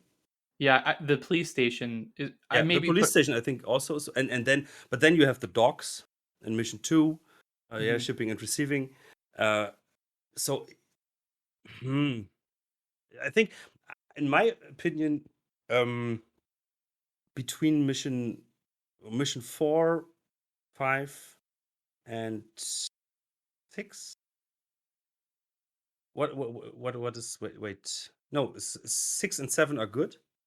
No, it's Truett and the Bank, if I'm correct. Mhm. 4 and 5 are pretty mediocre, and 8 and 9 are, yeah, 8 is pretty mediocre too. 9 is up to taste. Yeah, so but I can see the point. This is really one lighthouse of a mission. This is definitely, yeah, I mean, this is like the games. I mean, there's a reason why. I mean, I think you said it earlier, Alex, but there's a reason they chose to show this mission in the demo. This is definitely one of the game's like big showpieces. Out of the 15 missions, this is one of the big standout environments. And I would say, for example, the building of masks to me feels pretty uninspired. For example, I The think building of what? of masks. you mean the terms of like just the architectural design of like the mansion in the mission. Yeah, and then for me it feels like, oh, we need something special, so let's make those secret pathways, It's one of or those. passages. I feel like it's one of those things where it doesn't matter how architecturally significant it is. If you play it twice, you're playing it twice. Agreed. Yeah, Yeah. and it's not good enough that you want to play it twice. Maybe they could have redone like a second run over the rooftop, like, but with a twist to it. I don't know. Or they actually did, if you didn't turn off the alarm. But Masks, but Garrett kills everyone. we had interesting theories how they could have pulled off masks, like and what is the casing the joint, I think it was, right? Yep. Case in the joint. Yeah. So first, like, maybe you infiltrate the building as Garrett and check everything out, and then you get this mask. We once talked about that. You get a mask, and then you can hide as a servant, and then you walk the mission totally, a totally different point of Oh. view. Oh yeah, yeah, I remember that. Yep. So yeah, Social but stealth. yeah, the masks is a, yeah, how would you We'll say get in there. German, a Maybe. two-sided sword. A double-edged sword. It's double-edged sword, right? Thank you. Um, Yeah, so I think we can go on with some comments, or you want to add anything to this? No, no, I agree. I'm I happy to mean, carry on. yeah, I Because I agree. have to say, my voice and my whole body is fighting at the moment. Oh no. Yeah. So I think we're at Game of Fight, right? yeah, right. So let's read the game of fight. Jake, do you want to go on? Sure, yeah. Game of Fight says, really, it comes down to being immediately shown the scale Thief 2 was promising. As soon as I saw screenshots in PC Magazine and even post opening the demo, I was absolutely excited. This was the first time I felt the city was a city. It shows the mission designer wanted each rooftop to have its own character, hence the Mage Tower. I can look back and say, yeah, well, there's been fan missions that are bigger and even more interesting, but back then I kept going, wait, there's more? True. Totally agreed. That's what we said when we got to the tower. We just talked about. Wait, there's more, and we got the Angel Watch. Yeah, it seems to be like that's what people remember, right? They kept thinking, okay, I'm getting to the end now. I must be getting to the end now, and it's twice as long as they expected.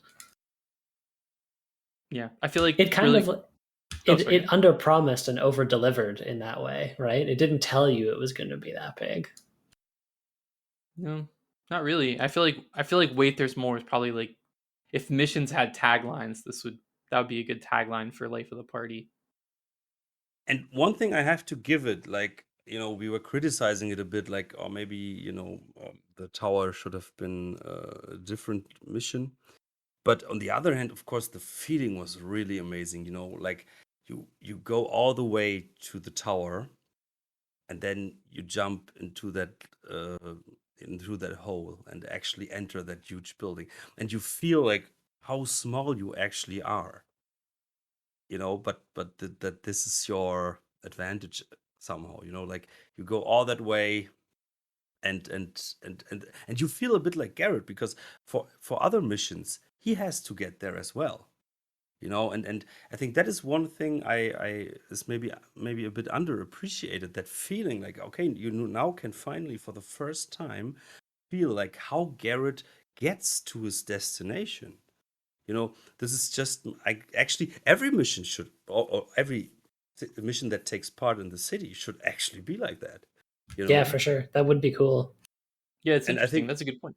I think many fan missions did that. I think there's even that category like city mansion mission or something like that. Yeah, you're most of the missions, like we, mentioned shipping and receiving earlier, you're in the box and you're just like in the shipping yard, or, Yeah. I mean, I can't, eavesdropping, you're at the monastery already. But yeah, that's a good point. Like this mission is like, this is the build up. Like this is what Garrett has to go through to, because, he's a wanted man, we find out. So it's like people know who he is, and, he can't just walk the streets, all the time, inconspicuously. Like he would have to, dart around on rooftops and kind of, be like Batman a little bit, just kind of appear and reappear and things like that. So good point. Good point. And that's actually, for example, something in Feast of Pilgrims I found a bit underwhelming. On the other hand, I found it very interesting that the final destination where you get to isn't actually that big or interesting, but the way to your destination actually, is the bigger struggle. I was going to say the exact same thing, was that the path is what's expanded in that one. Yeah, and in comparison, Angel Watch in that kind of regard didn't disappoint. It's still a you know it has a worth to it. Yeah, it's allowed to be there. I think the other thing too is like the only other OM I feel like that does this really well is, to a lesser extent than this one, but like with blackmail, because you're not right outside the mansion. There's like a little villa or a village like before you get to like Truett's mansion, and then there's like the gate and stuff like that. So, but that's obviously much smaller of like a build up. But that's another example of like the game doesn't put you directly into the mission area. There's like a pre-mission area, but obviously Life of the Party completely destroys like that like sense of scope, because the city is much bigger than the little village, which is like 4 houses I think, and a couple of gates. But And I always would have loved to have like a longer way to the bank, for example. So yeah, you're right there. that you can maybe see like how the bank is like settled within the city, because you don't get a real feeling for that. Yeah, like Because Well, especially if you assume it's in a financial district, which would be like a more affluent neighborhood, right? that's what I was gonna say. Yep, exactly. yeah, but it feels like it's almost like like a village, where it stands. You can see a bit of the surroundings, but it feels like, yeah, okay. Yeah, you'd expect like something like where First City is. Maybe there's like, like a market or like a museum or a theater. I know Yeah, those things would appear later in fan missions and stuff like that, but or at least some buildings that look, like rich people would live there. right, like kind of fancy little mini mansions, maybe. Yeah. So I think Feast of Pilgrims, for example, I think is that did it very well. But of course, this is New Dark and stuff. So, Technology. Seth, you want to go on with Dolki? Doki? Sure. Its only real opponent in getting the best level in Thief 2 award is First City Bank and Trust. It's been said countless times that it contains 2 whole levels in it, and I agree. Although the path to Angel Wash wouldn't really be a good level on its own, since that's what it is, a path. It's almost completely linear and too long compared to its width, which wouldn't be liked very much by Thief fans or even immersive sim fans for that matter.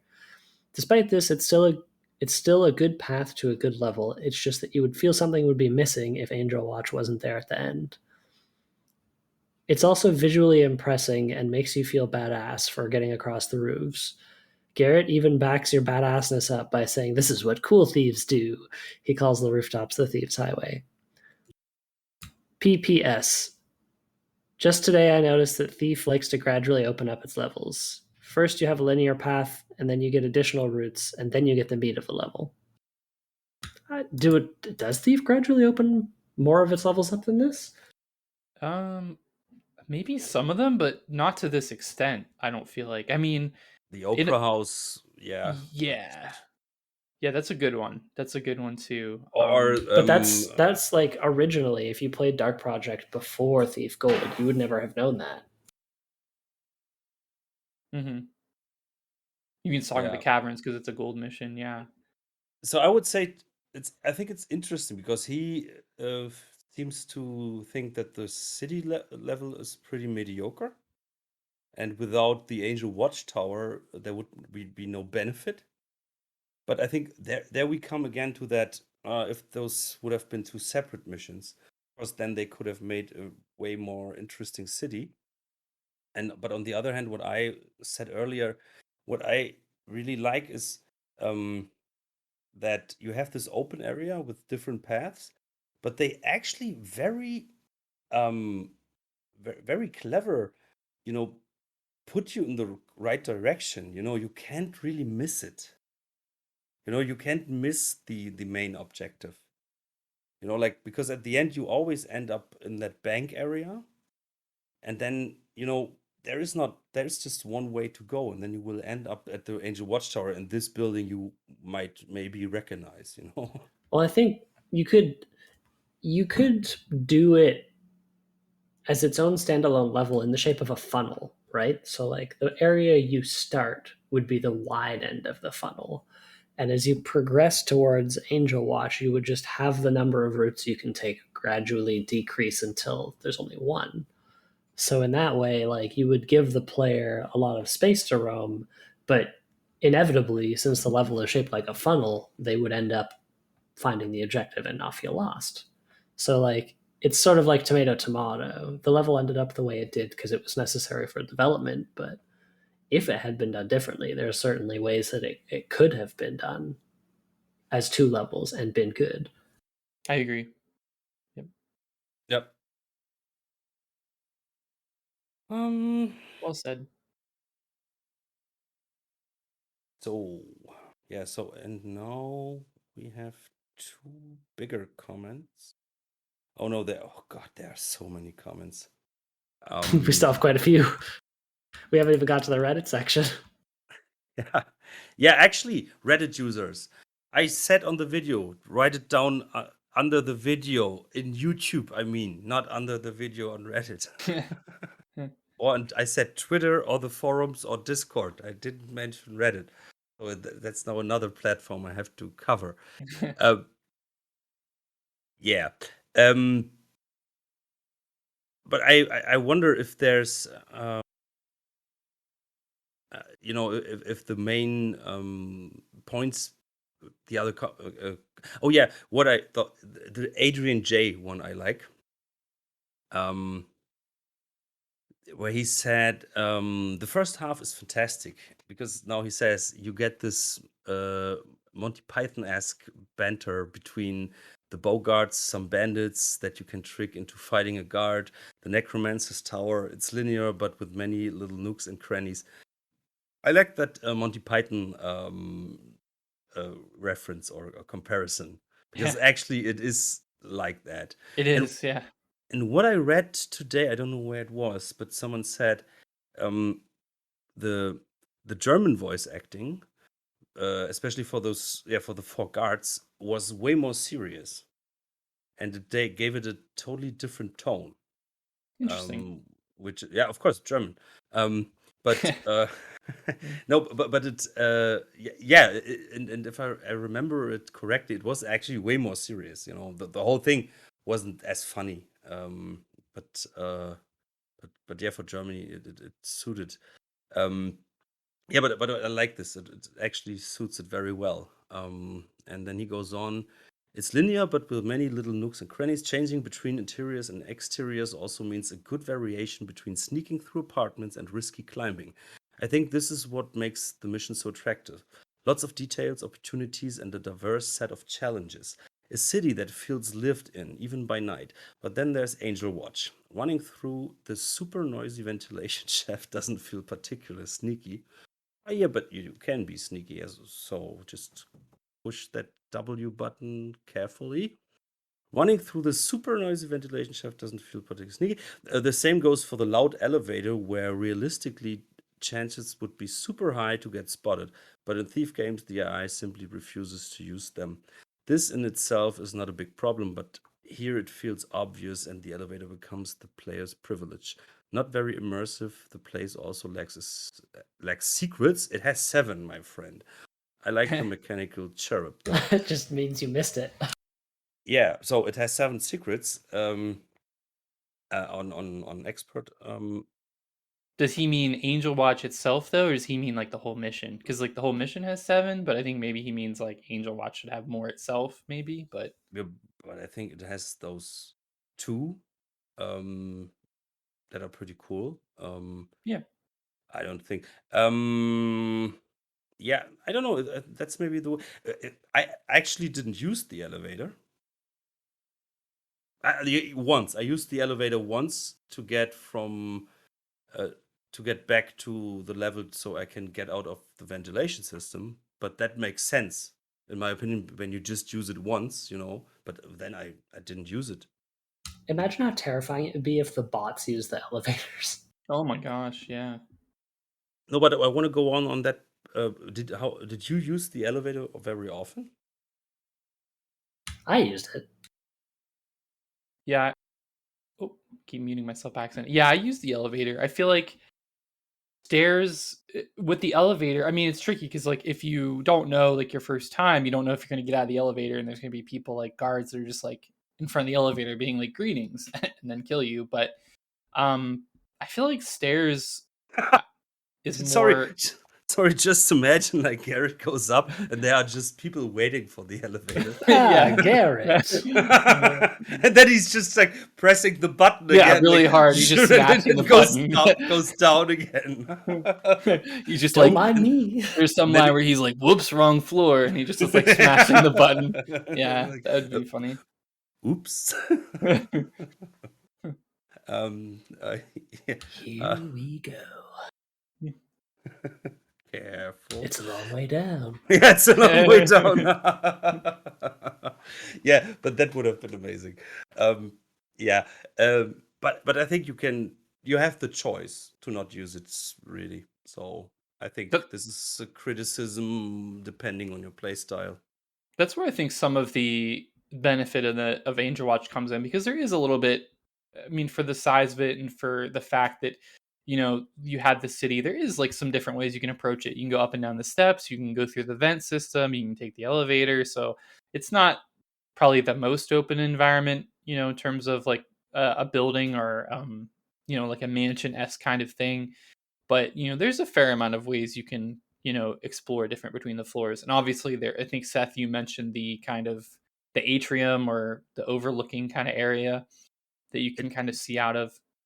It has one missed opportunity because at one point you can jump out of a window on those little rails outside, of the building, and then there's like that like that huge platform, and on the side it has those metal gates texture, so you can actually put a vine arrow into it, and then you can climb up, and then you can jump over to the ledge on the other side.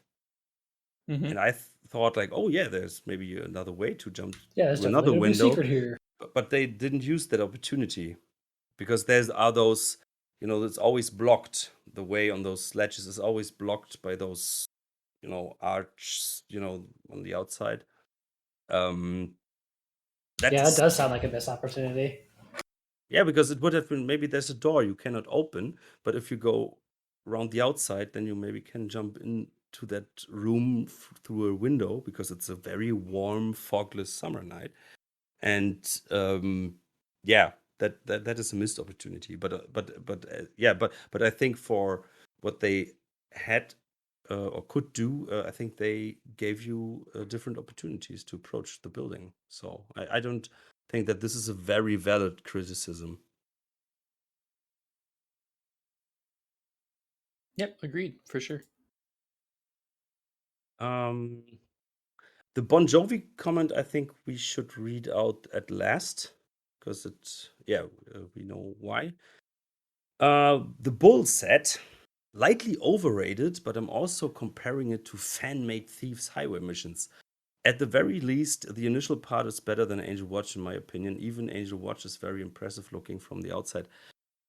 I think that's a very strange way to rate this mission, like comparing it to fan-made Thief missions. Yeah. If I would One today, caused the other. Yeah. like oh yeah, Feast of Pilgrim or this one, of course I take Feast of Pilgrim, but yeah, it's it's on New Dark and stuff, so I think the comparison is not fair. Without this mission, you wouldn't have those comparisons, maybe. I think that you have to compare them, but you have to compare them like In it's one directional comparison, right? One did come before the other.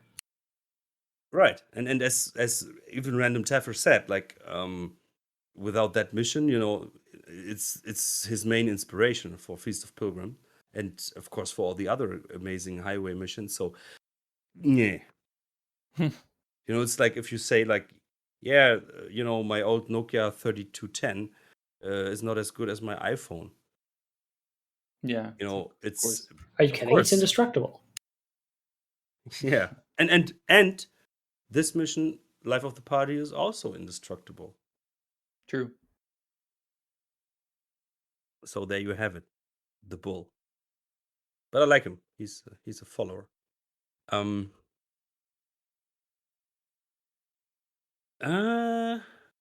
Adrian J. I just read, right? Yeah. Yep, Monty Python. So let's get into Antimatter 16 in the Reddit corner. One of you guys want to go on with that? Yeah, I can do it.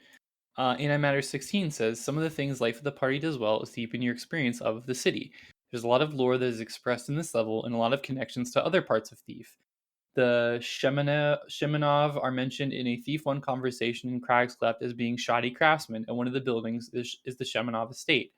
The Grand Mountain Road is on the map, and Grand Mountain was mentioned in the other Thief 1 level assassins as getting some hammer-built security. The Necromancer Spire has the Book of Ash, which has some backstory from Thief Gold level, the Mage Towers. The location Dayport and Angel Watch are mentioned by a conversation in Shipping and Receiving. There's lots of little references, of course. It also excels at having many things to explore and uncover, little secrets here and there, and multiple pathways through the level. The level feels very alive with all the people around, and that there are visible on the roads below. It's filled with little tidbits from Looking Glass Studios' dry humor, like the Sunburst device, propelled space vehicle. The story premise is pretty good, and the recording in Karras' office is quite a twist. That said, I find it a little tedious to play because it's so long, and I've played it so many times. Bug testing, Thief 2 fixed. My playstyle is. You I'm read sorry? that like you're so annoyed. Wait, me? Read it like I I said. I find it a little tedious to place to because you always go up at the end of the sentence. Oh, maybe. The story premise is pretty good, and the recording in Karras is quite I see what you're saying. I was maybe subconsciously, not consciously, trying to bring forth his feelings of tedium through the text. Characterizing him. Yeah, my playthrough is rather completionist, so if I miss something, it takes a long time to find it. The Thief 2 demo is an earlier version of Life of the Party, which we'll talk about.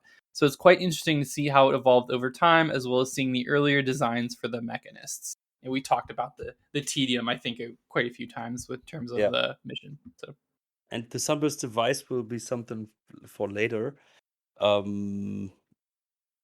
Yeah. So I think because my voice is really struggling. But I want to do that comparison. Seth, would you be so nice to read the Bon John Bovi? That must be a German. This is German humor. All right. Bon John Bovi says, I always liked the demo version of this mission more because the Thief's Highway part was longer and more complex. I also enjoyed that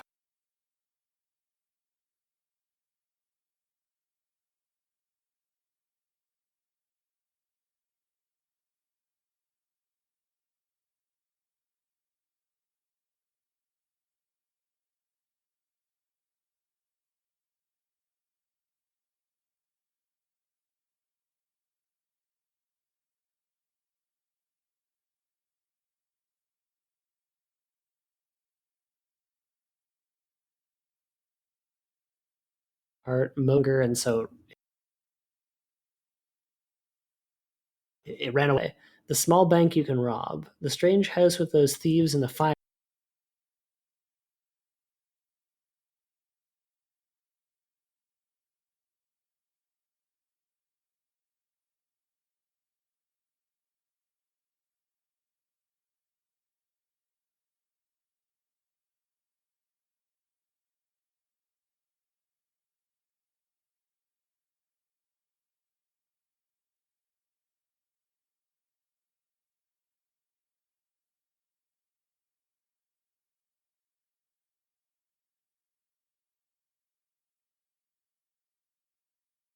are so to inside. speak, or really hit it home.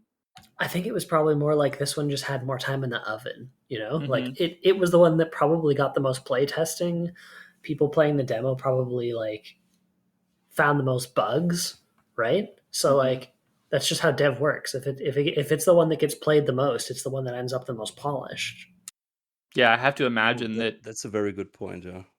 I have to imagine that this mission had to have been. I would love to hear from somebody on the team, but like I would have to imagine that this is probably was the one that had to undergo the most revisions because of all the places you could get stuck and fall off and things like that. And there's so much environmental interaction. I have to feel like this is was had to have been something that had to have been bug tested the most. Also, places you can fall off like the tightrope and stuff like that. So And also because they hadn't have had the mission like that, yeah. Like there are missions with a lot of similarities among each other, but this one was very unique. And so yeah, as you said, so there are so way more possibilities of bugs and stuff like that. Um, and what I think, I actually like that because the demo, you see those rough edges, and you see like especially when you go into Angel Watch, into the vent, and then you want to go up. They blocked almost everything, besides the higher floors, because they didn't do it like very subtle. They just put like blocks in it, and so that you just can't get through there.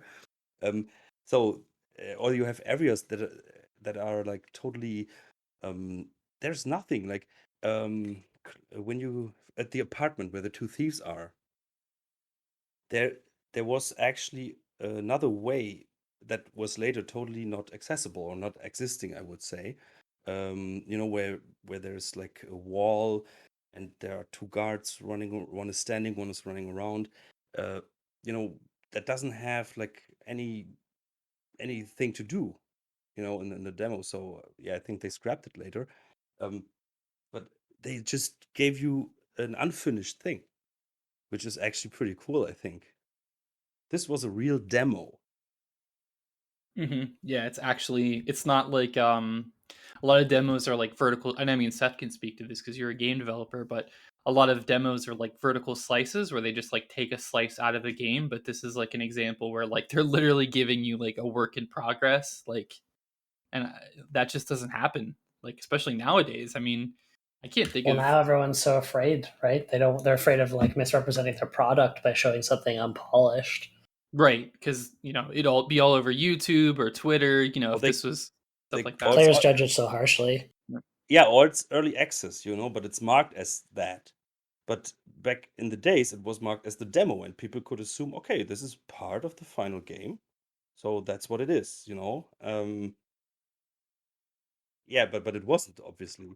So yeah, what I find very interesting, like, is to see this, and this is a very rare opportunity um, to see something like that, to compare it, because both are actually accessible for us. Um, wh- what I found very interesting, because I didn't remember that you don't start at the clock tower, that there's actually a little area before that. Yep. Yeah, that's Um, what surprised me too. Say what? yeah, in the demo, there's you start at a building. It's very close to the clock tower, but you start at a different point. I actually prefer the clock tower because I it thought is it a was a bell very tower. bell tower. Yes, sorry, my English. Bell tower. You don't see the clock on the sides. Well, when you said Um, clock, Yeah, I'm like, there what could have be I a been clock. missing all these years? There could be a the clock. We just don't bell. know. Clock towers normally have bells. So the bell tower, Well, clock and Glock. the cock tower. Well, um, so I like it that you start there, and of course with that bell sound, which we talked about earlier. But I think this is a more impressive start in the final version. Like boom, it's like, okay, here we are, and this is actually your goal at the end, to get there as well. But it was interesting to see that in the demo it was different.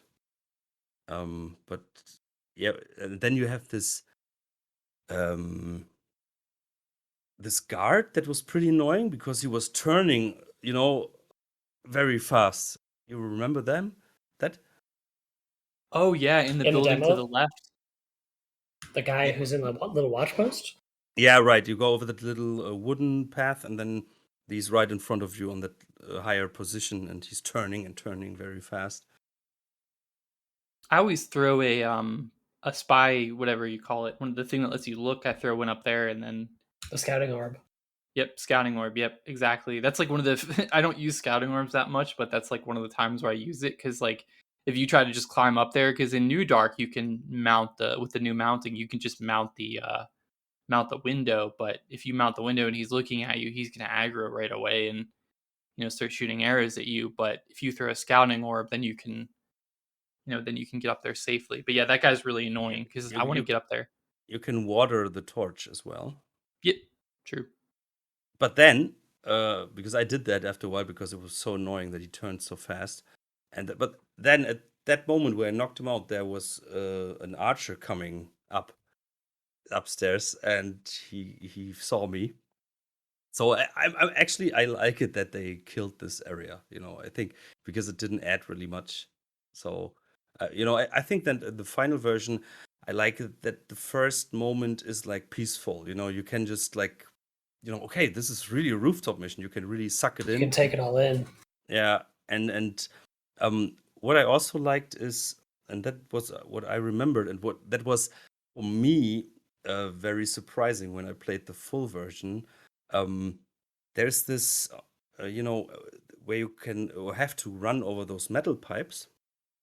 On the right, there's a window that you can enter, and there's someone sleeping. And in the demo, it's just a civilian. It's actually this red coated guy, from Thief 1. And in the final version, it's a guard who's sleeping. And of course, I was like, from the demo, I knew, okay, there's just that civilian, and I just ran in there, and then of course the guard woke up, and oh fuck, it's a guard. So yeah, that was a surprise. Um, and then what they did in the final version, uh, when you go over those metal pipes, and on the left, um, the area there is also a window where you can rope up, and there's a guard Hmm. who's a pain in the ass, in my opinion. But then there's this other building where there is this keeper watching you. Oh yeah, I forgot about that. See, the thing about the pipes for me is that the pipes feel like a promise. Like the pipes are like this really cool thing with the steam coming out of it, and they're like over a really precarious, like really deep, like multi-story building that you could fall down. And like I felt like more of the level was gonna be progressively harder with progressively more difficult platforming. But we never really got difficult platforming in the level. Which is okay, in my opinion, because without new mental, it can be a real pain in the ass. I remember that. I was Well, falling a lot. that's probably the reason why we didn't get it. But Yep. like, just imagine if they had New Mantle back then, right? I feel like the level would have been far more complicated than it ended up being. Yeah, of course it's what they wanted to achieve. But yeah, I agree because I know that some things were really hard. But still in that area, what is also interesting that in the demo, this whole building is way bigger because there you can go down. There's another guard patrolling, and then you can go down to a balcony, which you can see from your starting point. Interestingly, um, and I think you can actually jump over a roof onto that balcony, and then the whole pain in the ass guard would be not a problem. I mean, Because that just goes to having branching pathways and stuff, right? Like multiple ways to accomplish the same and objective. that was totally gone in the final, and the other guard I think was also not there, and and then you can get out through a window that leads when you go left, where you go directly to that conversation between those four guards, and that was missing in the final version. And in the final version, I was remembering that window, and I thought, hey, wait, this window, there was something that you could open that. Where can I go? But I mixed it up, which was in general a pain because then there is another from a contest. Do you know this mission where you always have to collect something and then bring it onto the flying aircraft? I'm racking my brain. It sounds familiar. Isn't there like a mission called somebody's flying machine or something? Something like that. It was not the Flying Age, but it was from a mission, from a contest, and it was based on a movie. They had a lot of movie dialogues in there and cutscenes, in-game cutscenes, and they, of course, also had some different ways crafted into that. So they took the original city part, but of course they redesigned it a bit. And I was mixing it up so much with those three ways of the mission. You're like, oh wait, was it this one where I could go there or not? I And love when people remix original missions. yeah, I think that was a theme of the contest somehow. Has anyone, I mean, just slightly tangential to that, but has anyone taken Assassins and opened it up in like Thief 2 and done a rooftop version of Assassins? Because that would be really metal. That's what we talked about in where you follow mostly. That would have been a way better approach of that theme. I think in Thief 1 it worked well, but yeah, following mostly was boring. So I don't know if there is an approach, but I don't think so. Well, I hope somebody does it. Yeah, and what I liked are those little details that are different. Like when you're like, okay, why did they do that? For example, after you can see the conversation between the four guards, there is this. It's like wooden, like a room where you can walk up the stairs, and I think you can pick up some loot. I don't know. Uh, it's nothing special. But in the demo, there was a chair and a table, and in the final version, the chair, for example, was broken, and they changed the whole environment, the textures and stuff. Because in the demo, it looked more expensive, and then in the final version, it looked really rotten and like abundant. See, the demo and the full game are actually two separate missions that take place at different timelines. So it's Garrett visiting the same place at different times. Yes, of course, because at the demo, of course, he has different goals, I guess, because there is no talk of what's going on, in the main story. So you're totally right. Yeah, he's already been to Angel Watch the second time. Yeah. And yeah, I think the rest. Oh no, wait, yeah, of course. And then there's that area with the where the friendly spider is, which isn't friendly in the demo. But there are two things. You could not use the sunburst device, right? Like in the full game? Yeah, I think I there don't was know. not that the door was not existing, right? The bit I'm thinking about that's in the full game that's changed is there's a little room near the beginning where in the demo the guard is just standing in front of the door and you have to blackjack him. Whereas in the full game he's patrolling, so like you can get around him. So it was interesting that they actually made a change to make it more ghostable. But how proud I was. That was actually interesting because in the German version, they didn't rename the sunburst device. It was also the sunburst device, which was very unusual. Oh, weird. Yeah, I think they overlooked it because it was just only used here. So yeah, that was very interesting. But when I figured out how to use it, I felt so smart. Like oh yeah, this explosion, and yeah, and this door I can open, and how they talked about it. I was like, oh yeah, and I figured it out. I died several times until I found the right position. Right. Or for me, what also happened on expert level, I knocked out the guard in the full version that is patrolling there, and he was lying close to that door. Oh no. And then Yeah. of course I killed him. Game over. Yeah, right. Good I work. I had a lot of trouble with. I had more trouble in Thief 1 because I think was it Return, one of the levels has like the sunburst device and you have to blow the gate, right, in Thief 1.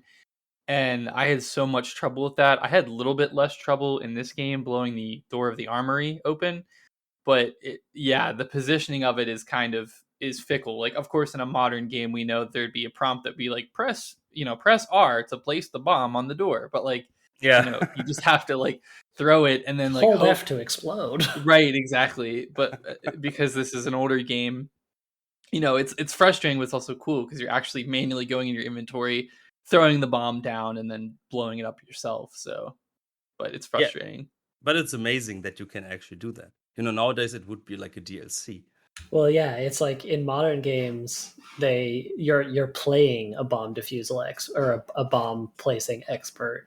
In older games, you have to they expect you to have the knowledge or the experience to be the bomb placing expert. It would have Right. been actually amazing if they would have put that fire arrow archer there. Oh, I got remember- you now, Garrett. Oh, And Garrett's just no. like planting the bomb. And then he kills himself. And then I would wonder if that would count as a kill from Garrett or not. I have a Guess- strange craving for like a Counter-Strike Thief crossover now. Yeah, like dust, but Ca- with thief. Counter thieves win. Guards win. Well, there I is mean- Thievery. Have you played Thievery? No, but yeah, I know that it was an Unreal Engine, right? Yeah, shout out to Thievery, the multiplayer Thief mod. I found it very unappealing. I actually got a chance to play a match, like a full match with people, and it was actually pretty fun.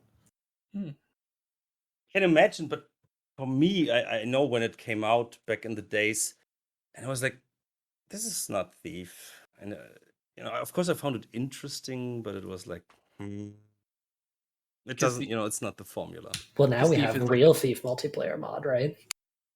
True. Because Thief is more of like a solitary experience, you think, for you, Alex? Yeah, not so action based, Mhm. So yeah, but I can imagine that it's fun. I don't want to say, but of course, then it's like that snobby Thief fan. You're like, that's not what Thief is about. But speaking of Counter-Strike and Thief, I mean, there is a good point. What's the first thing you do in Counter-Strike is you buy your weapons. What's the first thing you do in Thief before a mission? You buy your weapons. So there we go. I think I cracked it. Free fan Yep. mission idea. You cracked it. Yeah, that's it. Exactly. I mean, I haven't played the new Counter-Strike, but old Counter-Strike, you just purchase your guns, and Thief, you purchase your water arrows and your moss arrows, and you're good to go. But they should have called that. That would actually be cool, like Blackjack Strike.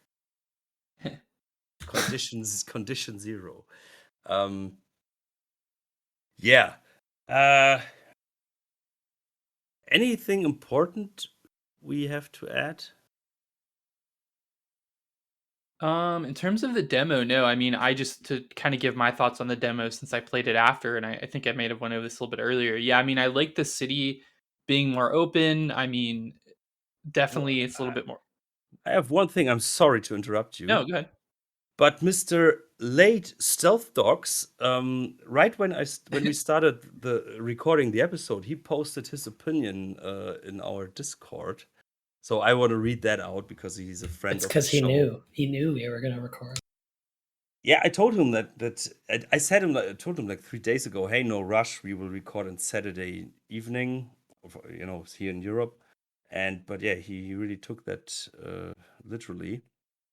So Stealth Dogs said, the strongest immersive stealth experience for me are the ones where I feel like I'm not only trespassing somewhere I don't belong, but intruding upon and exploring a small piece of a larger world. LOTP achieves in a series of rooftop infiltrations with one mission what the entirety of Thief Deadly Shadows hub areas failed to capture, a believable nighttime perspective of the city and its denizens. Flats, penthouses, a necromancer's tower, workshops, gardens, and an armory. No space feels wasted.